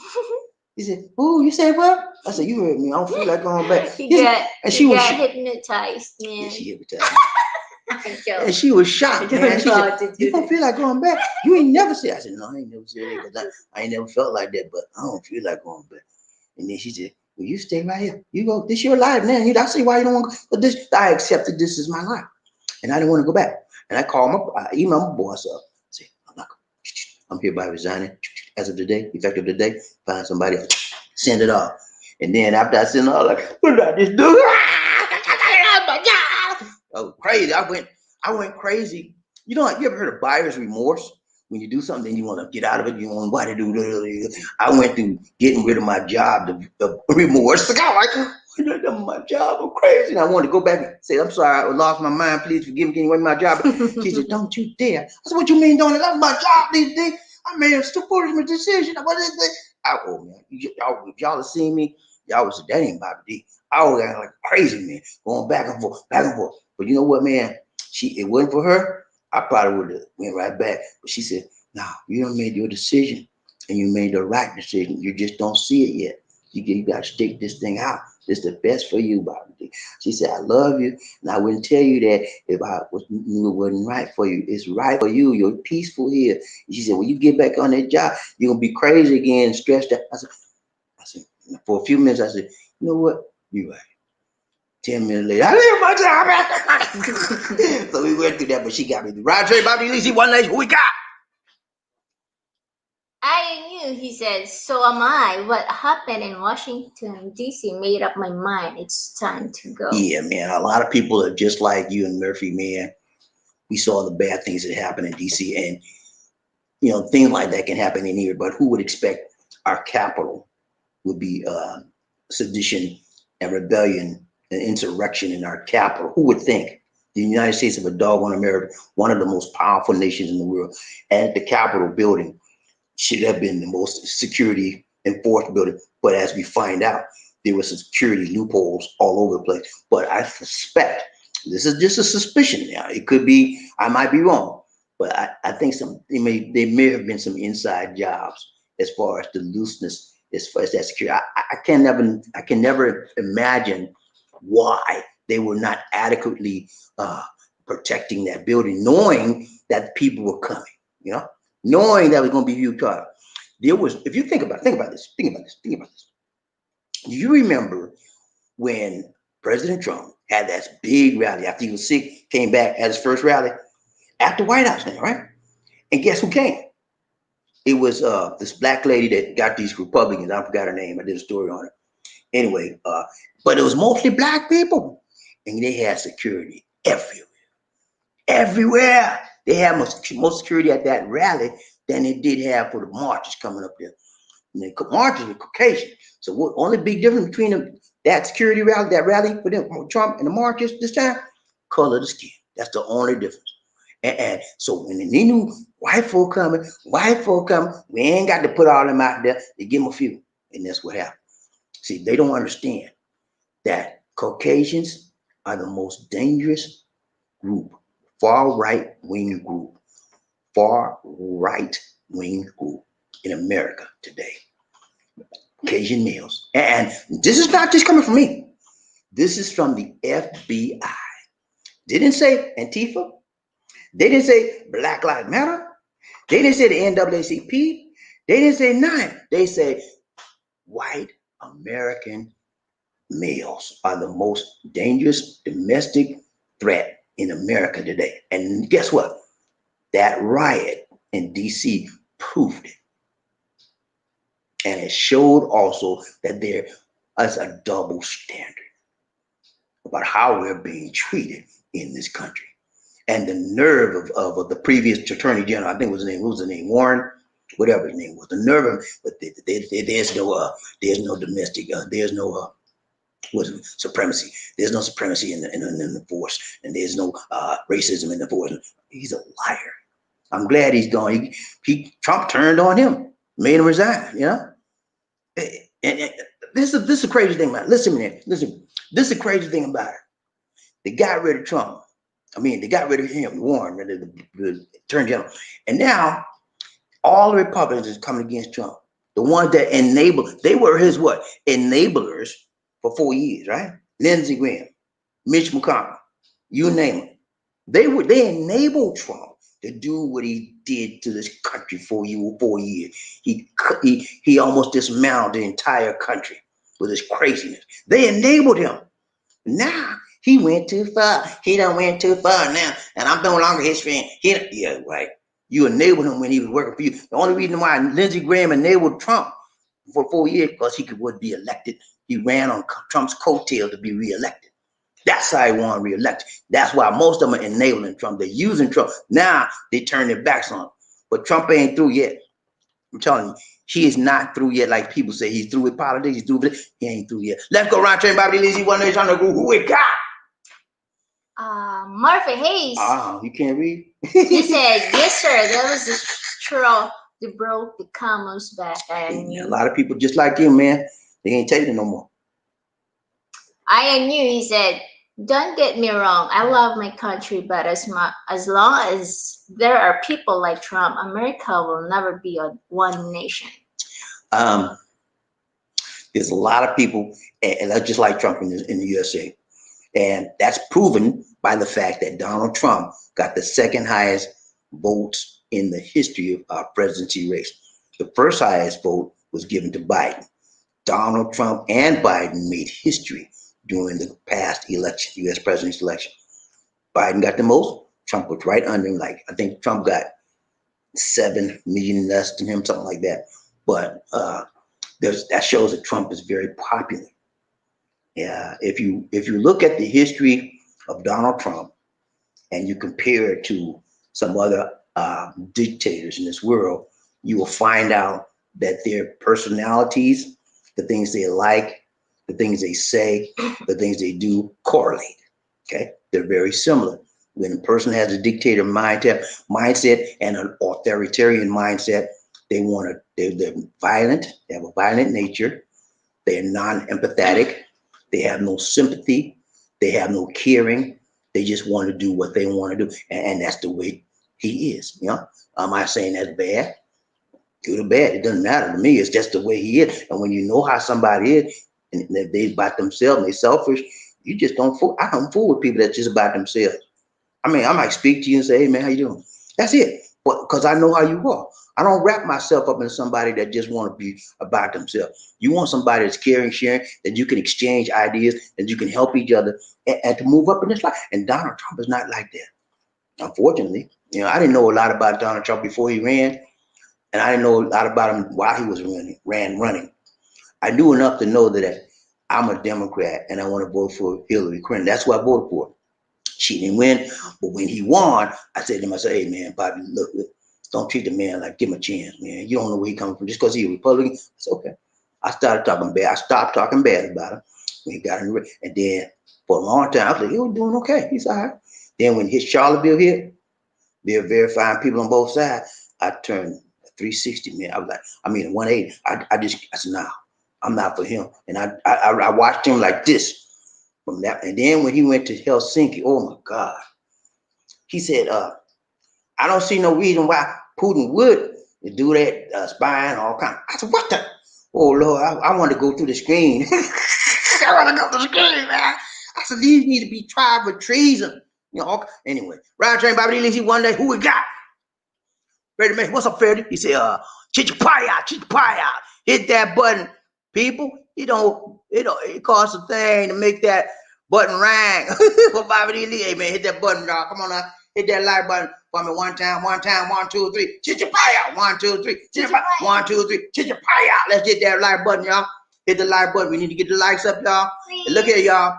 Every video I got out, I want you to watch the video more than just one time, okay? I want you to watch every video, whether live stream, whether recorded video. I need you to watch. I need them likes. I need the views up. I need you to hit every video I got. If you just click it on and rerun it. Rerun it over and over. I'll just rerun it, man. I need the views up. I need the likes up. I need you to do that for me now. I'm trying to move up to 10,000. And only you guys can help me do it. If you see a video come out for Bobby D, watch it one time and then hit the little, you see the little arrow button at the bottom. Once you don't watch it one time, when it's finished, click that button again. If you just don't put it on auto run, don't put it on auto run, because you put on auto run, if you keep watching on auto run, it won't count. You got to manually hit that little button at the bottom. It counts as another view. I need you to get the views up. I need you to get the likes up. Look out for you. Look out for me, okay? I'm gonna run everybody one day. Shut up. We got Hayes, he said that was no mistake or accident. It was stupidity on her part, planned by some of those guys. Pure evil. Tell me what was. He said that was no mistake or accident. It was stupidity on her part, planned by some of those guys. We talking about her. Who's go back up? Might be the thing that you're talking about. Okay, yeah. I don't know. Usually people try to get over on others and they plan stuff out. So yeah, they'll try to make like they crazy, they stupid. But yeah, there's always on the back end when you look at the details, when you look at the motives, it's always something behind what they're doing. They try to play like they stupid. Okay, I know them people, man. You mean like a lot. You know how we do, man. We can read. Me and Murphy can read between the lines. We can see the hand right on the wall. Other people can't see. Ryan Trey, Bobby Lee, who we got? Paul. He said, hope the scumbags who did this to a beautiful Filipino like that, hope the PNP threw the book at them. They're rats in a Philippines jail. Ones who can't find cowards, hope that they find him. Right. Okay. Murphy talking about the lady. Yeah. They both talking about the lady that died. Yeah. It wasn't. It wasn't. I think it was planned. I think it was maybe they went overboard on doing it. I think this is what I think happened. She came to the party with her 3 friends. People from the other room came over and they said, "Oh, the beautiful girl there, They want to take. They got in their mind they won't get her drunk. So what they do? Spiked the drink. And then when she started vomiting, she told her, I feel dizzy. I think somebody put something in my drink. And then she just kept vomiting. And then, but before she had done all of that, she'd been going back and forth between rooms. So they noticed how pretty she was. They wanted to do something. And that's what happened. And that's why when she was unconscious, and when they took the autopsy report, they had pictures of the bruises on her arms and on her legs. And down in the vaginal area, they found some lacerations. And they found a trace of semen, which didn't have enough to do a DNA, but it would happen, man. And somebody made up their mind they're going to do it. And I think the perpetrator or perpetrators were the guys that left early. Remember I told you? Uh, I think it was 3 guys got up and left early that morning before their room rate was out. That's the one they need to check. And now the proof positives is those people cannot be found. And I told you where they might be right now, Providence, But eventually, I think they're gonna find them. The ones that's out right now, because they got a big old Pacquiao put a 500,000 peso reward on anybody can find out or locate those people and bring them into justice. There's a 500,000 peso bounty on their heads. So somebody going to, when there's money involved, usually somebody going to turn you in, and that's what's going to happen. It may take a little while, they're going to turn them in. Watch. Ryan Train, BobbieD and LisaD, one day. Who we got?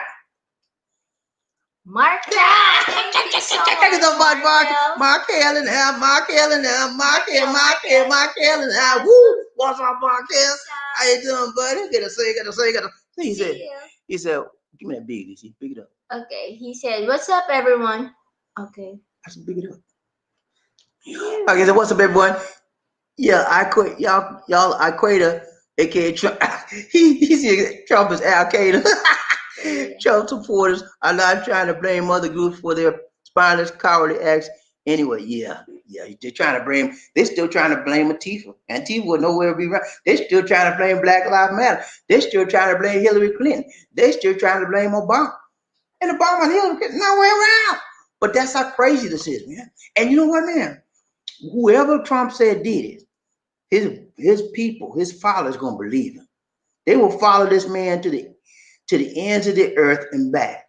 And they will follow his lies the same way, just like they followed him for the race. And the race say they cheated, they made the race. They believe that. In the history of the United States of America, there's never been any type of major rigging or vote stealing or in presidency race. There may be in a local race, but the major president, there's never been that, never. And how all of a sudden, because Trump ran, it's gonna be some rigging, and some vote stealing the race. He's grifting these people, he's scamming these people for the money. He has over $250 million that he has scammed from his followers, saying he needs money for his court cases. Okay, you know what he's gonna do with that money? Do you really know what he's gonna put as much of it? He can't use all of it in his pocket. We're gonna put much of it as he can in his pocket because he got to pay JoJo back, man. JoJo said, look at him.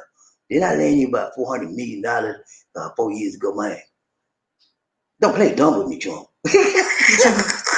I want my Monte. And if I don't have my Monte in the next 6 months, guess what? I got some Russian people I need you to talk to, okay? I'm gonna call Putin. And let's go round train, Bobby. Let's do damn Markel. Let's go. 1, 2, 3. Chichipaya. Let's go. The hardest working man in the business.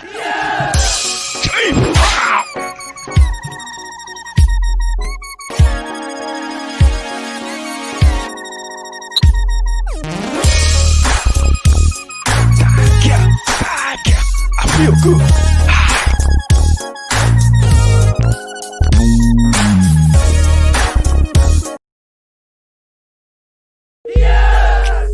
Oh my goodness.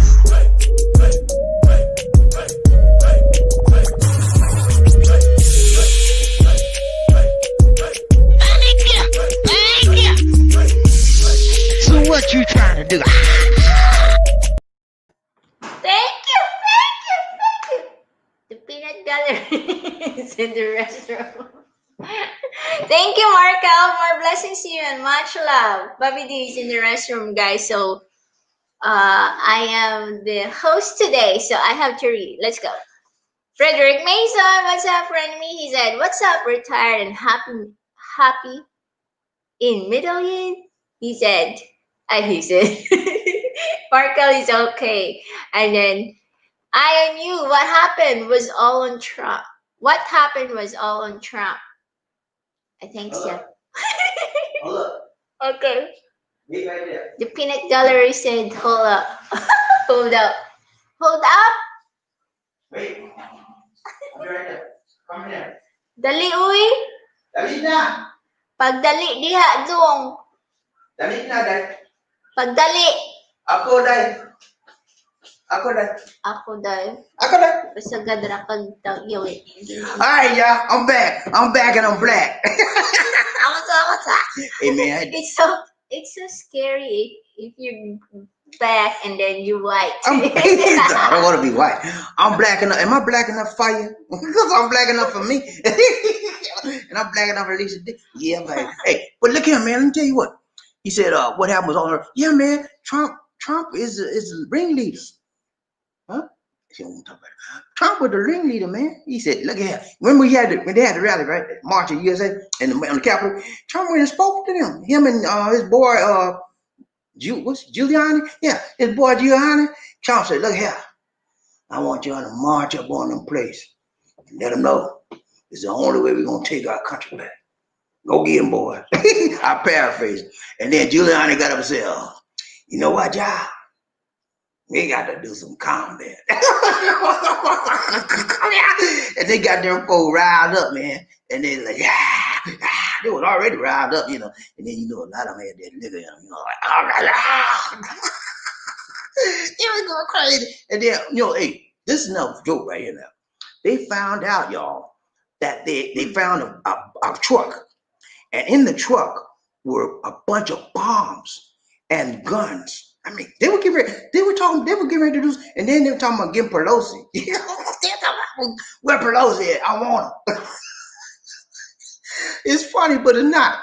But they boys were lit up, man. They were lit up. They were getting ready to do some serious damage, man. I'm surprised that more did not happen than what happened.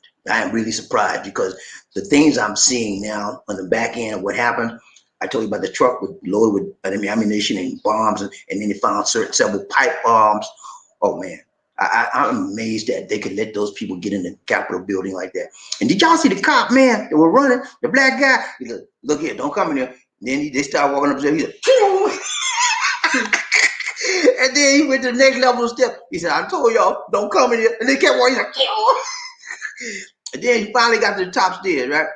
He said, "I told y'all, didn't I tell y'all not to come in?" And then he had a little baton on the floor. He picked up the baton and said, "I'm warning you. Take one more step, I'm gonna use this on you. I'm gonna crack your head." They came on me. He said, "Yeah!"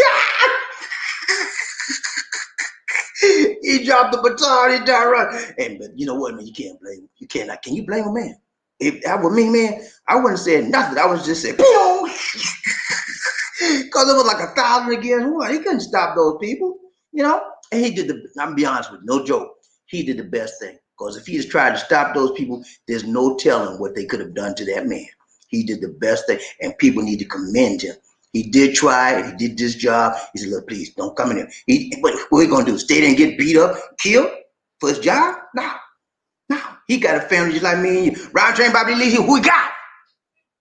Terry Fleming. What's up, Terry? He said, go.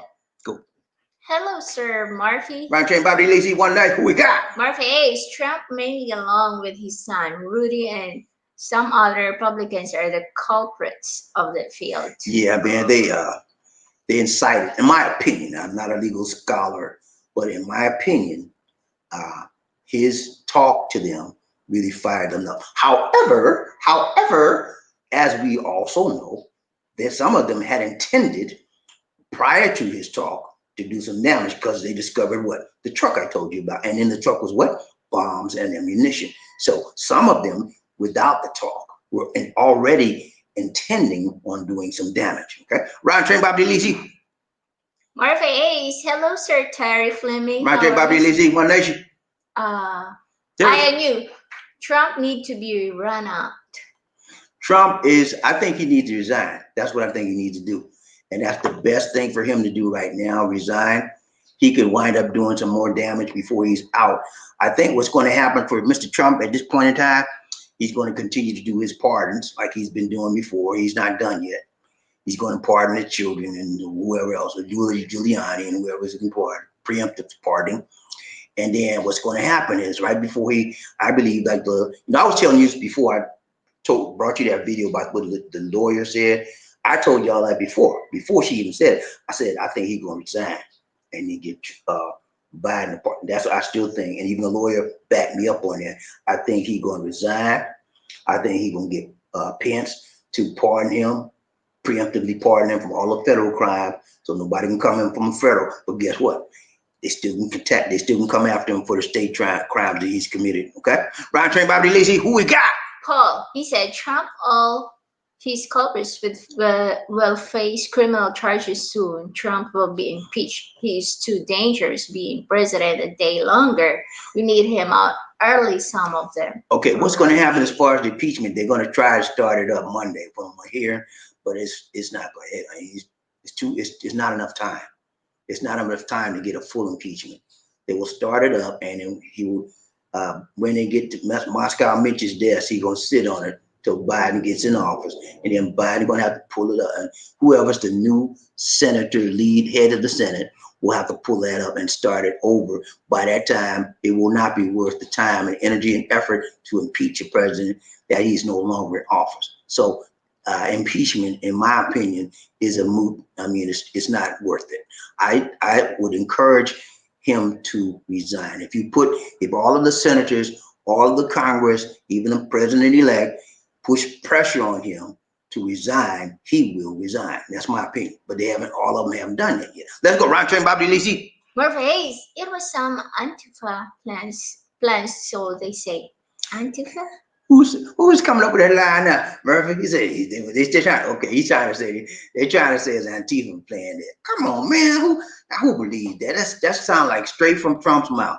Come on, let's go. Ride train, BobbieD and LisaD. Atari, what's up, Atari? Atari, what's up, man? You What's that? remember the old Atari system, man? I remember I did a little bit of it. Yeah, I'm gonna tell you the best game ever, man.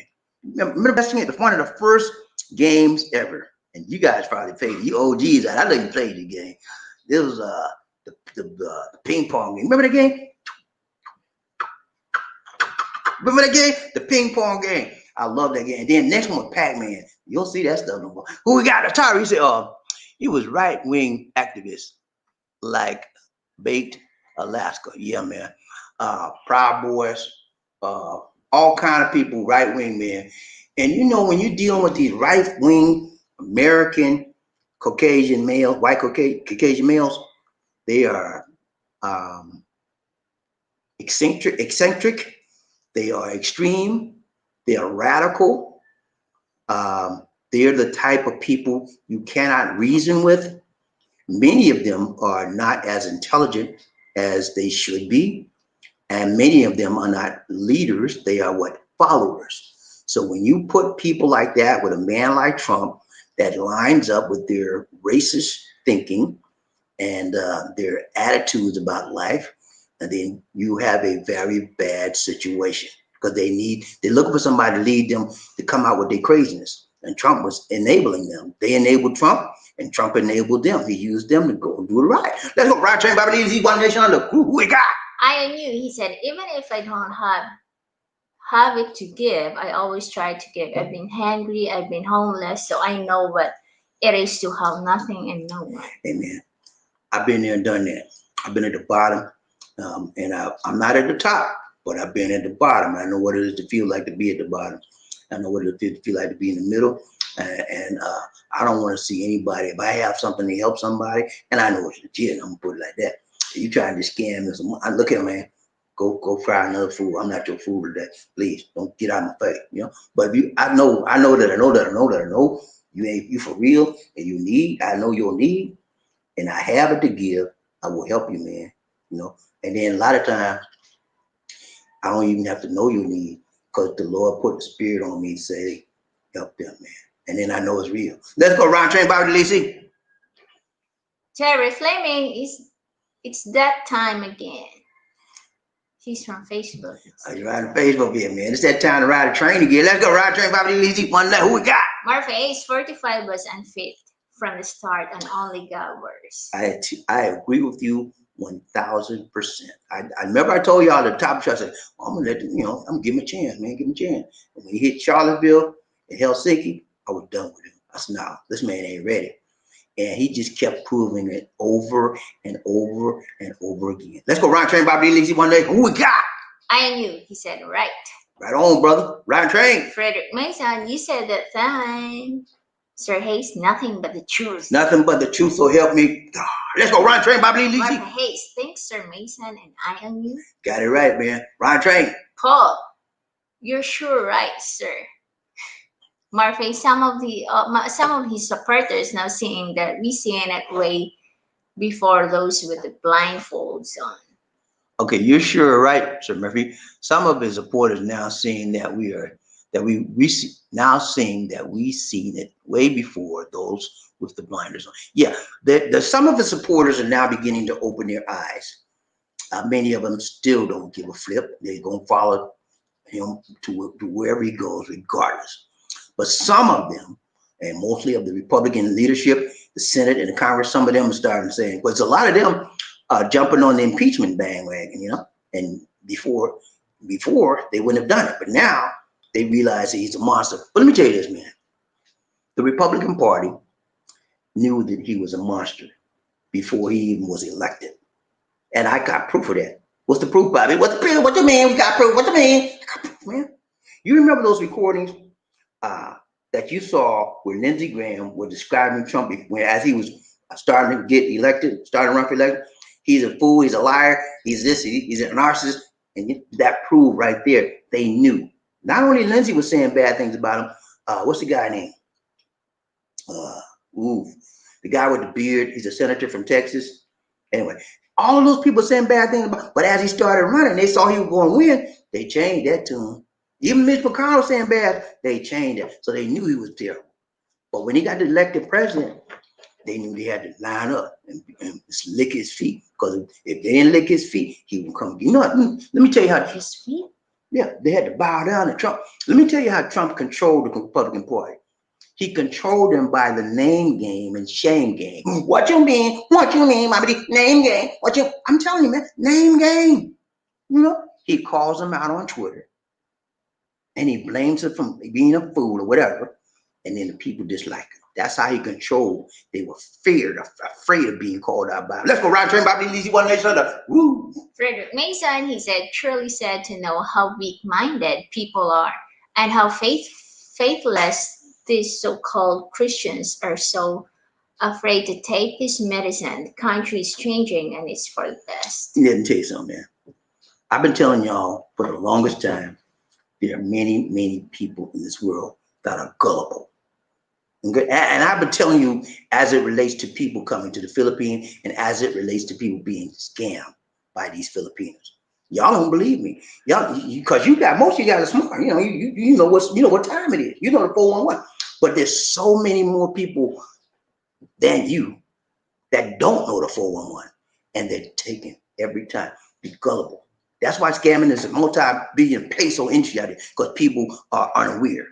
And I keep trying to tell you, that's why I do these videos, to reach those people that aren't aware. And so what happens is Trump knows that too. There's a lot of people that slow, believe anything, and he takes advantage of them. Let's go round train, Bobby, Lisi, one nation under. Who we got? But Ace, they saw it from the beginning, Sir Paul. They had an agenda. They had an agenda, man. Trump is a racist. Yeah. And if they saw a racist in office, say, oh, I got our boy in office now. We had the black man, and he wasn't about nothing. Now we got a white racist up in here. We're going to do some stuff. We're going to take this country, bad boy. Let it go. Let it go up to the Capitol to ride this thing. Paul, he said, you're right, Sir Murphy. There are not going to be any that no more Biden will make us all anti as one wants one more. Okay, let me read this again. She done messed up again. You're right, Sir Murphy. There are not going to be any that no more Biden will make us all unite. He's trying to say unite. Unite. He spelled it wrong. Unite as one. Once more, a true America. He said, you read it right, but he spelled it wrong. He's trying to say unite. He was typing too fast. I do this enough. Yeah, man.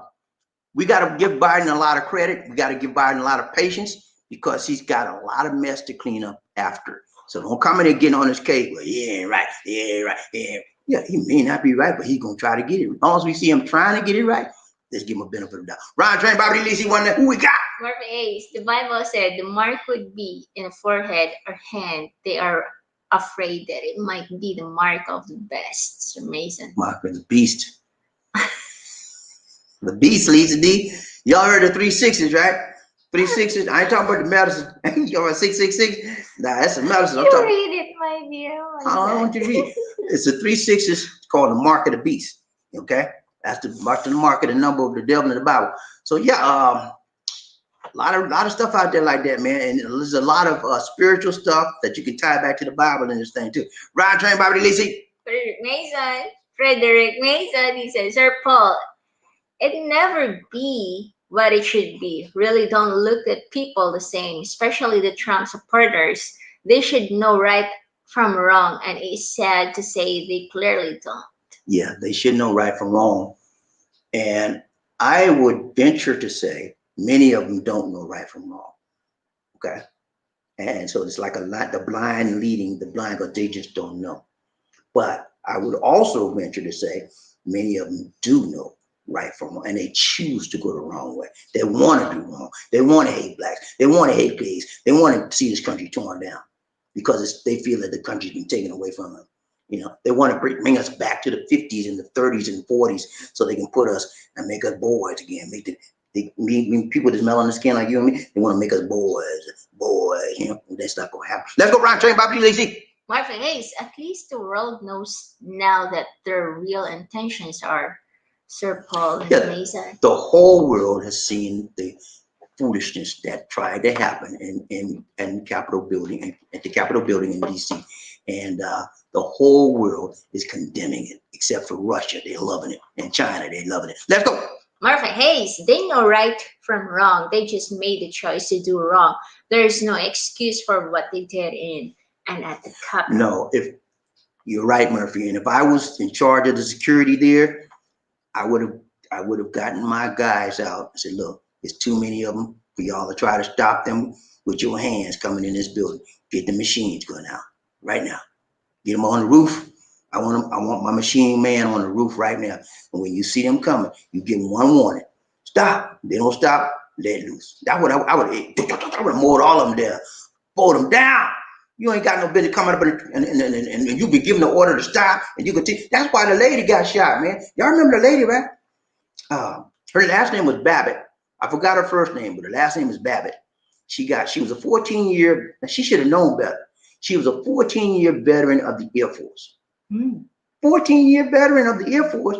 She got out the Air Force and started her own business, and she lived in San Diego. Now she's gonna come all the way from San Diego to DC to march and riot. Yeah, and it was her last month. I'm sorry that I'm not trying to be cruel to her. I'm sorry she got shot. I wish she never had it happen.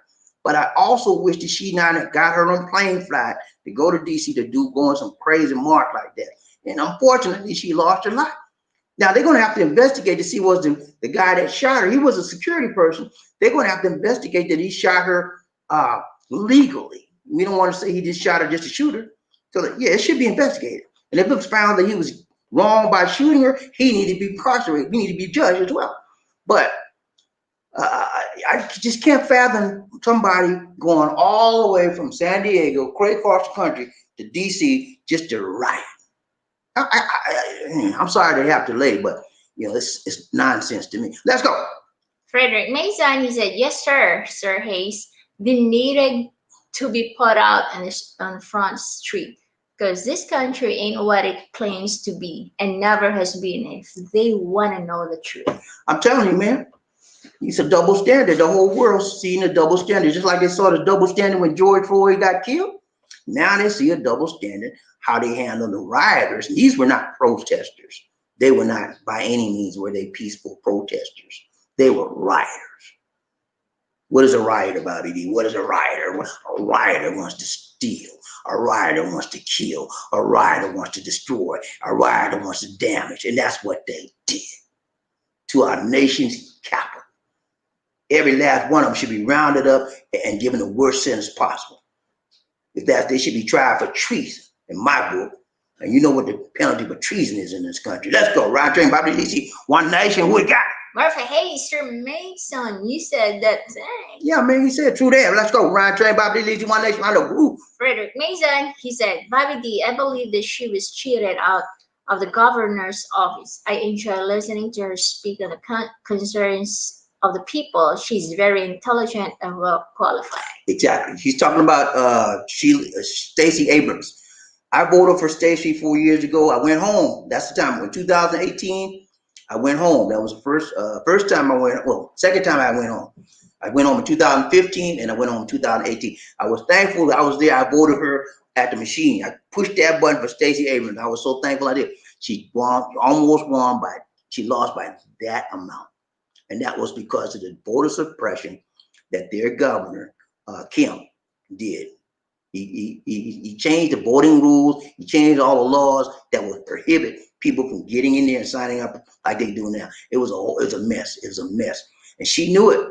She couldn't do nothing about it, but she ran anyway. And she came that close, in spite of all this voter suppression he did.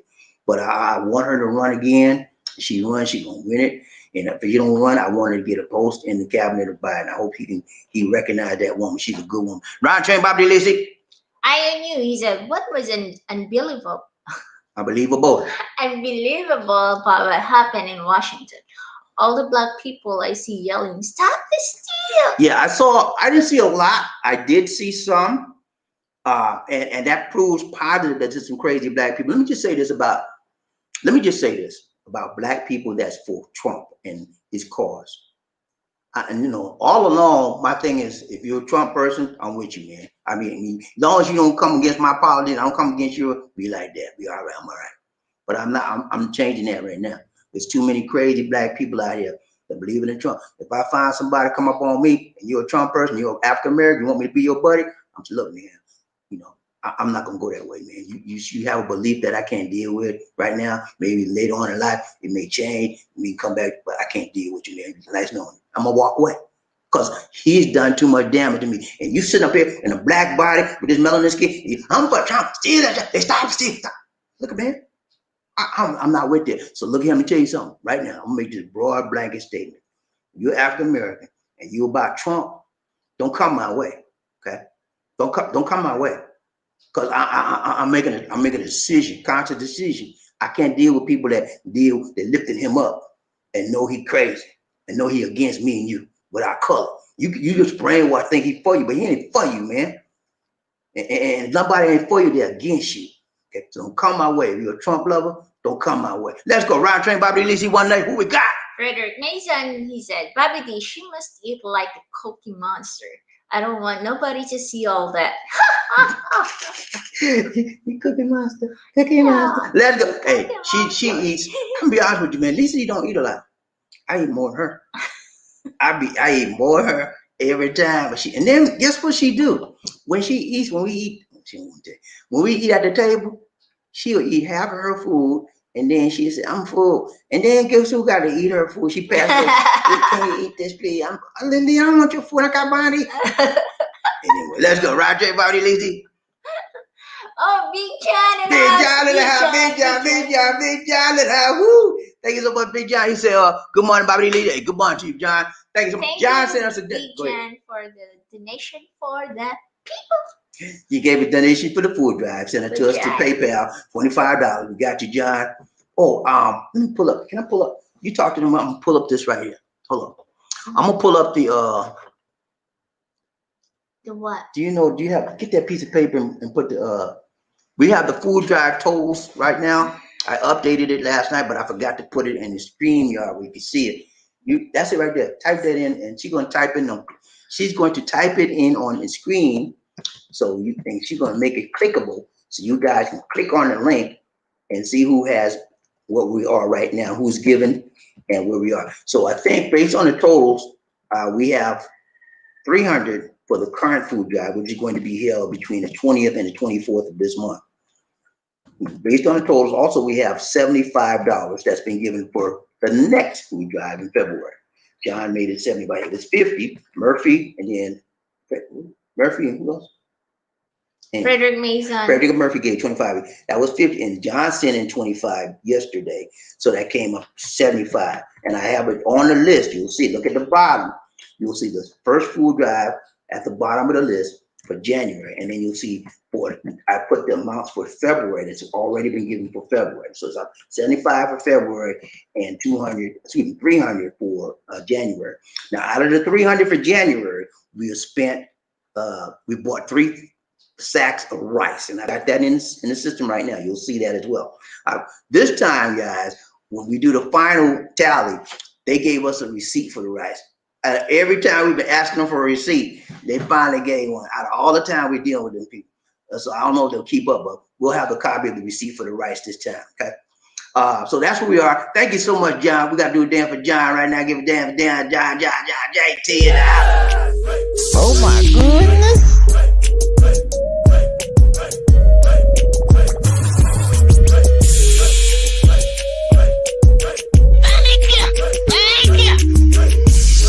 So what you trying to do?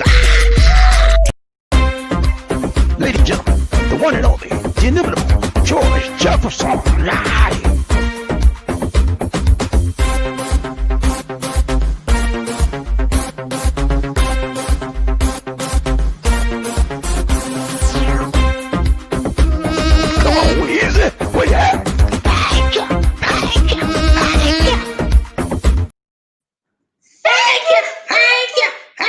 Thank you so much, Thank you, John. teacher. Appreciate you, man. Thanks so much More for the blessings donation. to you and much More, love. more blessings, more love to you, brother. Appreciate it. You see people like that, man. God, you have a giving and a loving heart.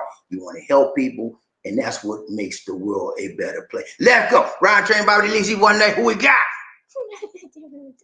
I knew. Okay. I knew. He said, there's nothing wrong with talking about God. God did say, when there are two or more. Yeah, and two or more gathered in my name, there I am in the what? Midst of them. And so if you hate God, and you don't be around people going people out. What? Well, okay, when you hate God, you hate yourself, because if you understand the Bible, it says God is love, and so you hate God, you hate love, you hate yourself. Right, Train, Bobbie, and LisaD, who we got? Murphy, hey, what's up, Murphy? I don't want you to reward your story and send it again. Reword your story, okay? Got you. My on you. He said, there's nothing wrong with talking about God. God did say, when there are two or more gathered in my name, there I am in the midst. That's the scripture. Right, Train, Bobbie, I on you. There it is. I got you, man. Got you, man. Got you.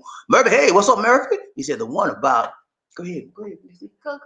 The one about you Chinese girlfriend. Oh, he had one about Chinese girlfriend. Okay. Right, Train, Bobbie, LisaD. Okay. Right, Train. Freddie May said, it showed that there is such a thing as white privilege in this country. Yeah, let me tell you about this, man. That's all Trump is about. White privilege. Okay? And that's mostly what those white men and a few chocolate men came up to the Capitol to demonstrate. White privilege. Even chocolate people trying to do white privilege, and they not white. They white in their mind. They not white on the outside, but they brainwashed till they think they white. It wasn't by the hand. I didn't see a lot of blacks, but there was a few out there. So let's just keep it real. So we got a lot of brained up people, brainwashed people in this world think they white on the inside, but they black on the outside, and they bought everything white. So let's keep it real. And you're gonna have that wherever you go, because people have a tendency to flake out in the mind. If your mind ain't strong, you'll think you white and you black. It's the way the world is. So there was a few of them out there, and they did their thing. They came up there and showed white privilege. We can do what we want to do. We can, and you know what? The sad part about it, man. Listen to me good. The sad part about it is that at the end of the day, at the end of the riot, guess what? They let them people go home. They got in their little vehicle and they drove home. Some of them took a flight home, and they didn't arrest nobody. And now the next day, they come and arrest people. If that was us, we do melanin skin. You think we would have left? You think we would have left that Capitol building alive? No, we would have went home in a box, man. That's the double standard that's in America today. One way for the blacks, one way for the whites. One way for the blacks, one way for the whites. And the sad part about it is, man, not only did they do that for the regular citizens like you and me, they did that to our President Obama. He was in office, they treated him differently than the white presidents. Huh? Many of the congressmen disrespected him, called him all kind of racial slurs. Yeah? Double standards. Let's go, Ryan Train, Bobbie, LisaD. Who we got? Terry Fleming, he said, like a slag potato. Everybody hit the like button for one time. 1, 2, 3. Sit your fire. 1, 2, 3. Sit your fire. 1, 2, 3. Sit your fire. Let's go. Come on, y'all. Need the likes up. Let me tell you this. I need you to do the likes, hit the likes, get them up for me, now, please. And I want you to hit the view. I want you to do the views. I need the views up. If you play this, I want you everybody to do. When you get to this video, I want you to hit the replay button. Replay this video. And any other video you see me get, don't just play it one time. Please. I want you to play it another time, at least 2 or 3 times. I need my views and my likes up. Are you with me, GP? You want to see this panel grow? Let's go together. Ryan Train, BobbieD, Murphy. Hey, what's up, Murphy? He said, Chicha, let's go, man. Let's go. Let's do this thing. Who we got? Ryan Train, BobbieD. Trump people are like him in public. Yeah, they like him in public. Murphy, they do whatever he said. If he said jump, he said, how high, sir? Let's go, Ryan Train, BobbieD, LisaD. Murphy, he said, Trump people wanted to make a good record, to make and record history. Well, congratulations, you made the FBI wanted. I show y'all, I said, on my last video, I show y'all a list of people, man. There's some crazy looking people. I see why the FBI want them. Did you see the guy with the big horn? The guy with the big horn on the head, no shirt on, and the American flag on it. It's crazy, man. I said, what is wrong? Now you see the type of people that's in this country. Now you see the type of people that's crazy going up. That's the kind. You have to have a crazy mentality to get in your mind to go up and rush up on the Capitol, break the guard gate down and rush. You have to have a crazy killing. I don't care if you get killed mentality to do that. And unfortunately, and I'm not trying to be facetious, that's what happened to the lady, the 14-year veteran. She was crazy for doing that. The guard telling her to stop. He had a gun. He felt that he was going to be overtaken. The thousands of people trying to push the door. He said, get back, stop. She kept on coming. And he told her several times. That's why I read the report. She kept on coming. He fired a shot. Unfortunately, she got killed. I'm sorry to hear that, man. But it's a crazy idea for you to even think about doing something like that. And you know what? I in a way, this is a good thing that it happened for the people in America to see, even the Black Lives Matter, and even if they had that in their mind. You think they're going to do stuff like that now? Nah. I don't even think they ever had that in their mind to do this. But even if anybody does have it in their mind, it's a good thing that they showed some type of force. Now, the next time, on the 20th, and right before the 20th, guess what? The whole army gonna be out there because they'll be expecting it now. Ryan Train, BobbieD, LisaD, one day, who we got? Terry Fleming. What's up, Terry? He said the entire Republican Party is responsible for whatever. I agree with you 1,020%, Terry Fleming. The entire Republican Party agree with you enabled 99.9. 99.9999999%. Protection. But I agree with you, man, because they enabled him for 4 years to do what he wanted to do, be what he wanted to be, say what he wanted to say. He said everything on Twitter. Cussed us out, called us asshole. He said everything. He called, remember, what's the lady? The black lady was employed with him, and she, Omarosa, or whatever her name. We remember, y'all know her, right? He called her a nasty woman, and he called her all kind of name. And you don't call a black woman, my black queen like that. Our black queens, nasty. In the world, not public. My mom was, I'm offended by that. I'm not a woman, but I know black women that's good. You don't call black women like that. And he did in public, man. All kind of little stuff he said, and nobody said nothing. Republican turned the head. Yeah, he's eating that. Let's go. Ryan Train, BobbieD, LisaD, who we got? Miscellaneous. He said it's gonna get worse in America. Trump supporters will bring the country to its knees. He says it's gonna get worse in America. KKK. Yeah, baby. A lot of people call America KKK. You know what I call it? United States of a doggone America. Just going to the dog, baby. Let's go. Ryan Train, BobbieD, LisaD. Terry Fleming, Republicans are responsible for the increased racism going on. Racism. Racism. Gosh. Racism going in America. Yeah, Trump, the Republicans. Let me put it to you like this. I don't think that's a true statement altogether. Number one, there are some Republicans that are not racist. Okay? There are some that are not racist. I have met a few. But a large, I think, in my personal opinion, a large portion are. There are some black Republicans that are not racist. Okay, get that. But there are some black Republicans that are racist, hate their own kind. Okay, hate because they're what? I just told you a minute ago, they're what? Brainwashed. Okay, so part of that's true, part of that's, I don't know. Let's go, Ryan Train, BobbieD, LisaD. Marvin Ace. Racists don't know the difference between genes and genes. Nah, man, they don't care. This racism can come at anybody. Let's go. Jan Thomas. I am a Republican. This reuters a terror. Rioters. Okay, read it. Go, Lisa.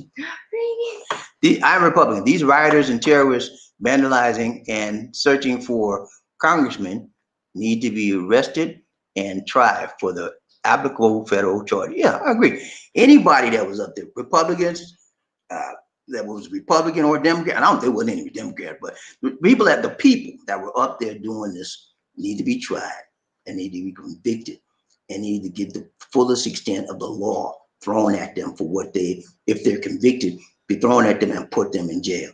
It was dead wrong. It was a personal, and I got a lot of white folk that with me on Facebook, man. Every white person I speak to, or the Caucasian that I chat with, are very, very upset by this. They said this is dead wrong. Don't come against our nation. They angry, man.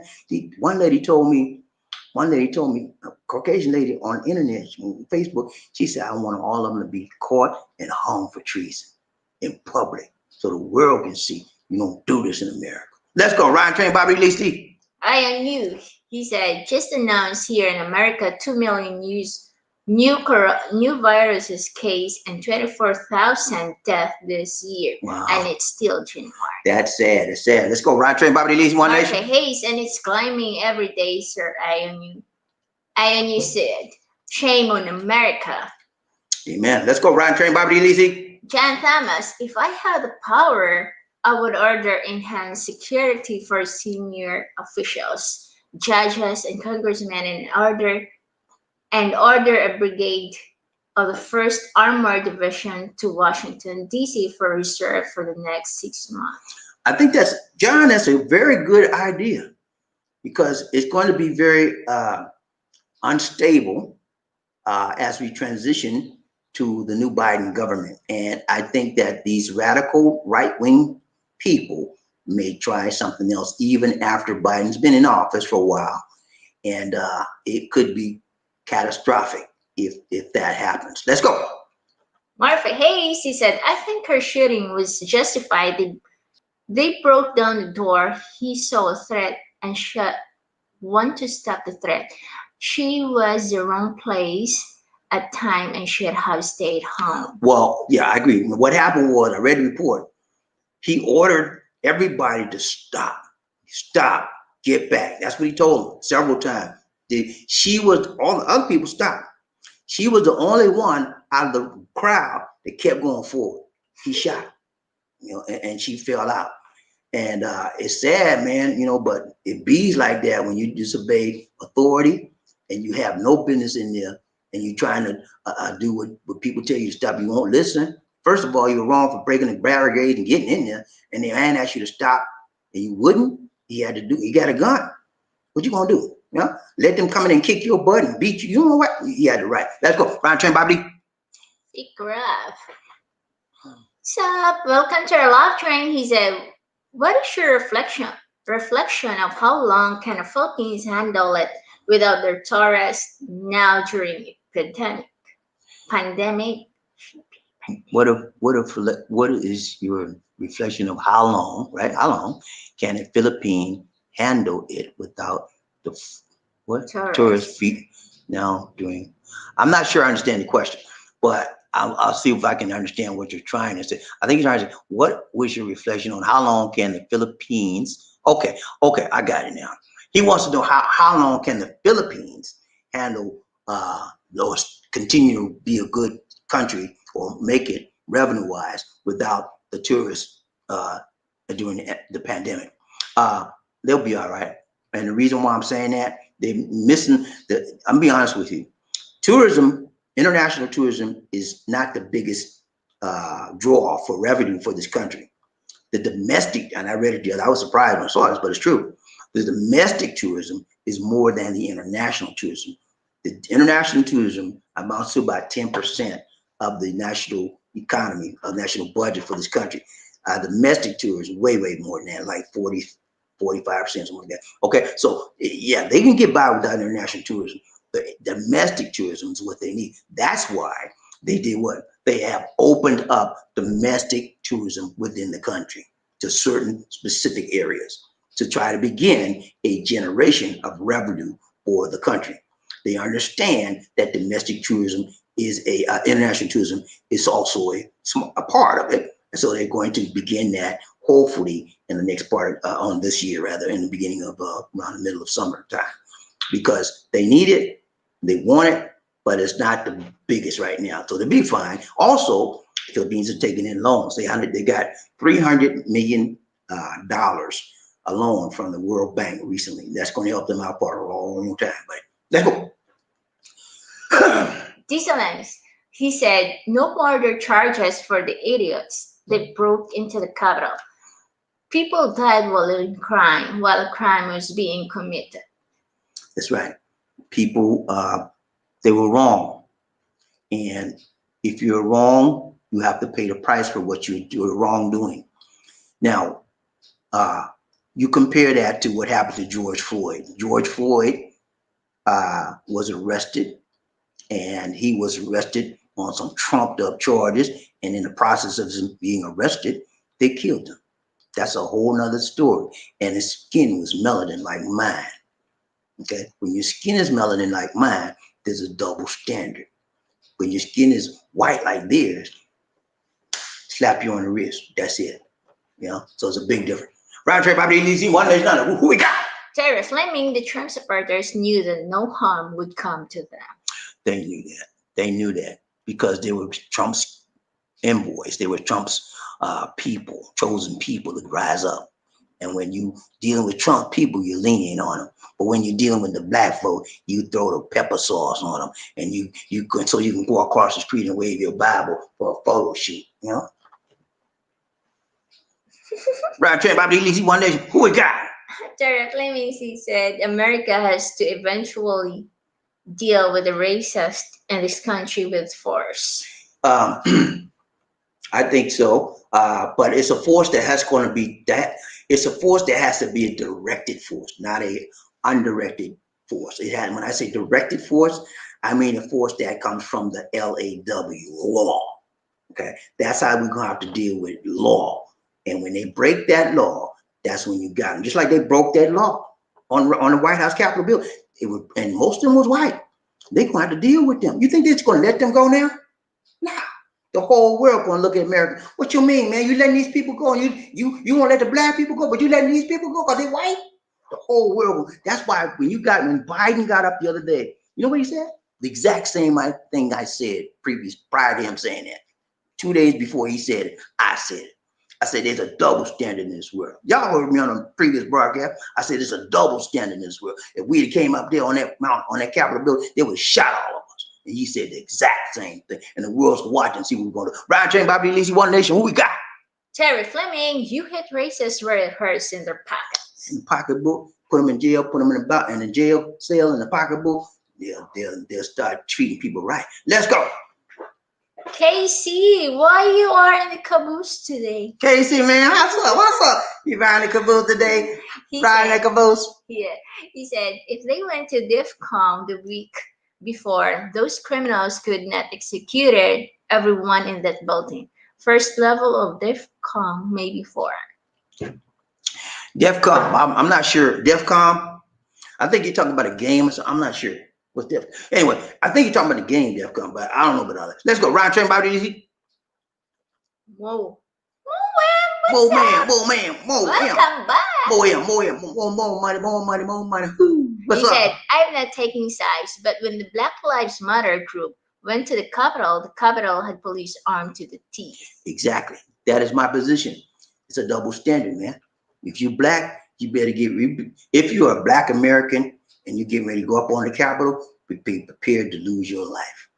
But if you're a Caucasian American, getting ready to go up on the Capitol, you may not be prepared. You may not have to be prepared. You might be incarcerated or gas, but that's the last thing they want to do, Caucasian, is to take them out. Let's go, Ryan Train, BobbieD and LisaD. Who we got?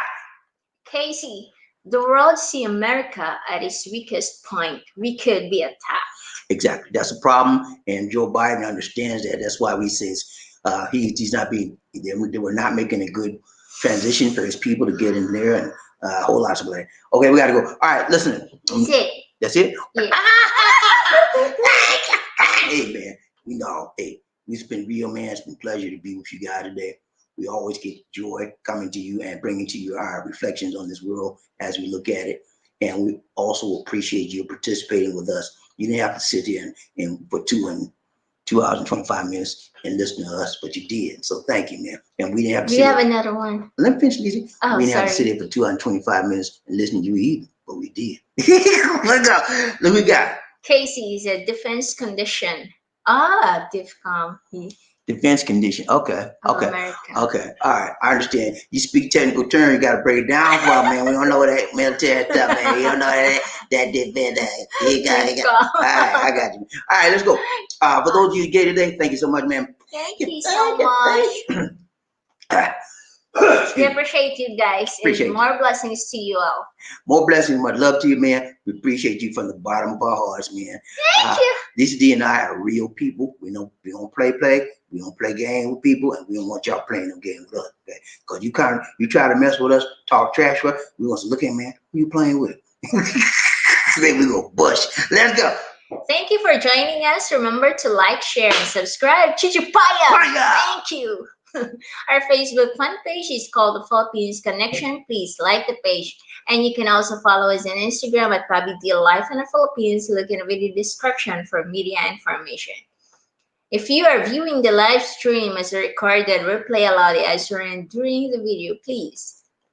If you wish to donate to us via PayPal, our PayPal donation address is bidix004@gmail.com, and you can contact us at the same email address for more information.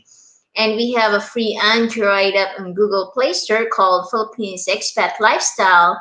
Download and enjoy our videos without going through the YouTube app. And if you're a veteran, you can call 1-800-827-1000.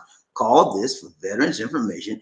And as of January 1st, 2020, all veterans with a VA card will have access to benefits. Now, LisaD is going to give us some closing clips, and we're going to be out, man. We got to go. You know, we got to go, man. We can't stay up here all A night. towering presence, run like the wind. Be a king or a queen. Life in the Philippines.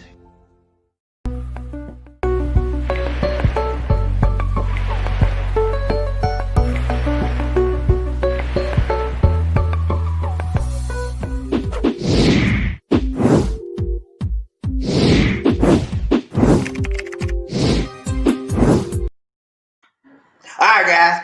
I should say Y'all thank come. you. Y'all come. I'll get ready to pass out. Y'all come me just when I get ready. I'm like, all right, y'all come. Hey, man, it's been real. It's been real. It's been real. But we got to go. We got to go. We got to Go! This is BobbieD. And the Tuba Queen, Say- LisaD. Saying take care God bless. and Peace. Have a good night, guys. Thank Take you care. for showing up. take care, guys.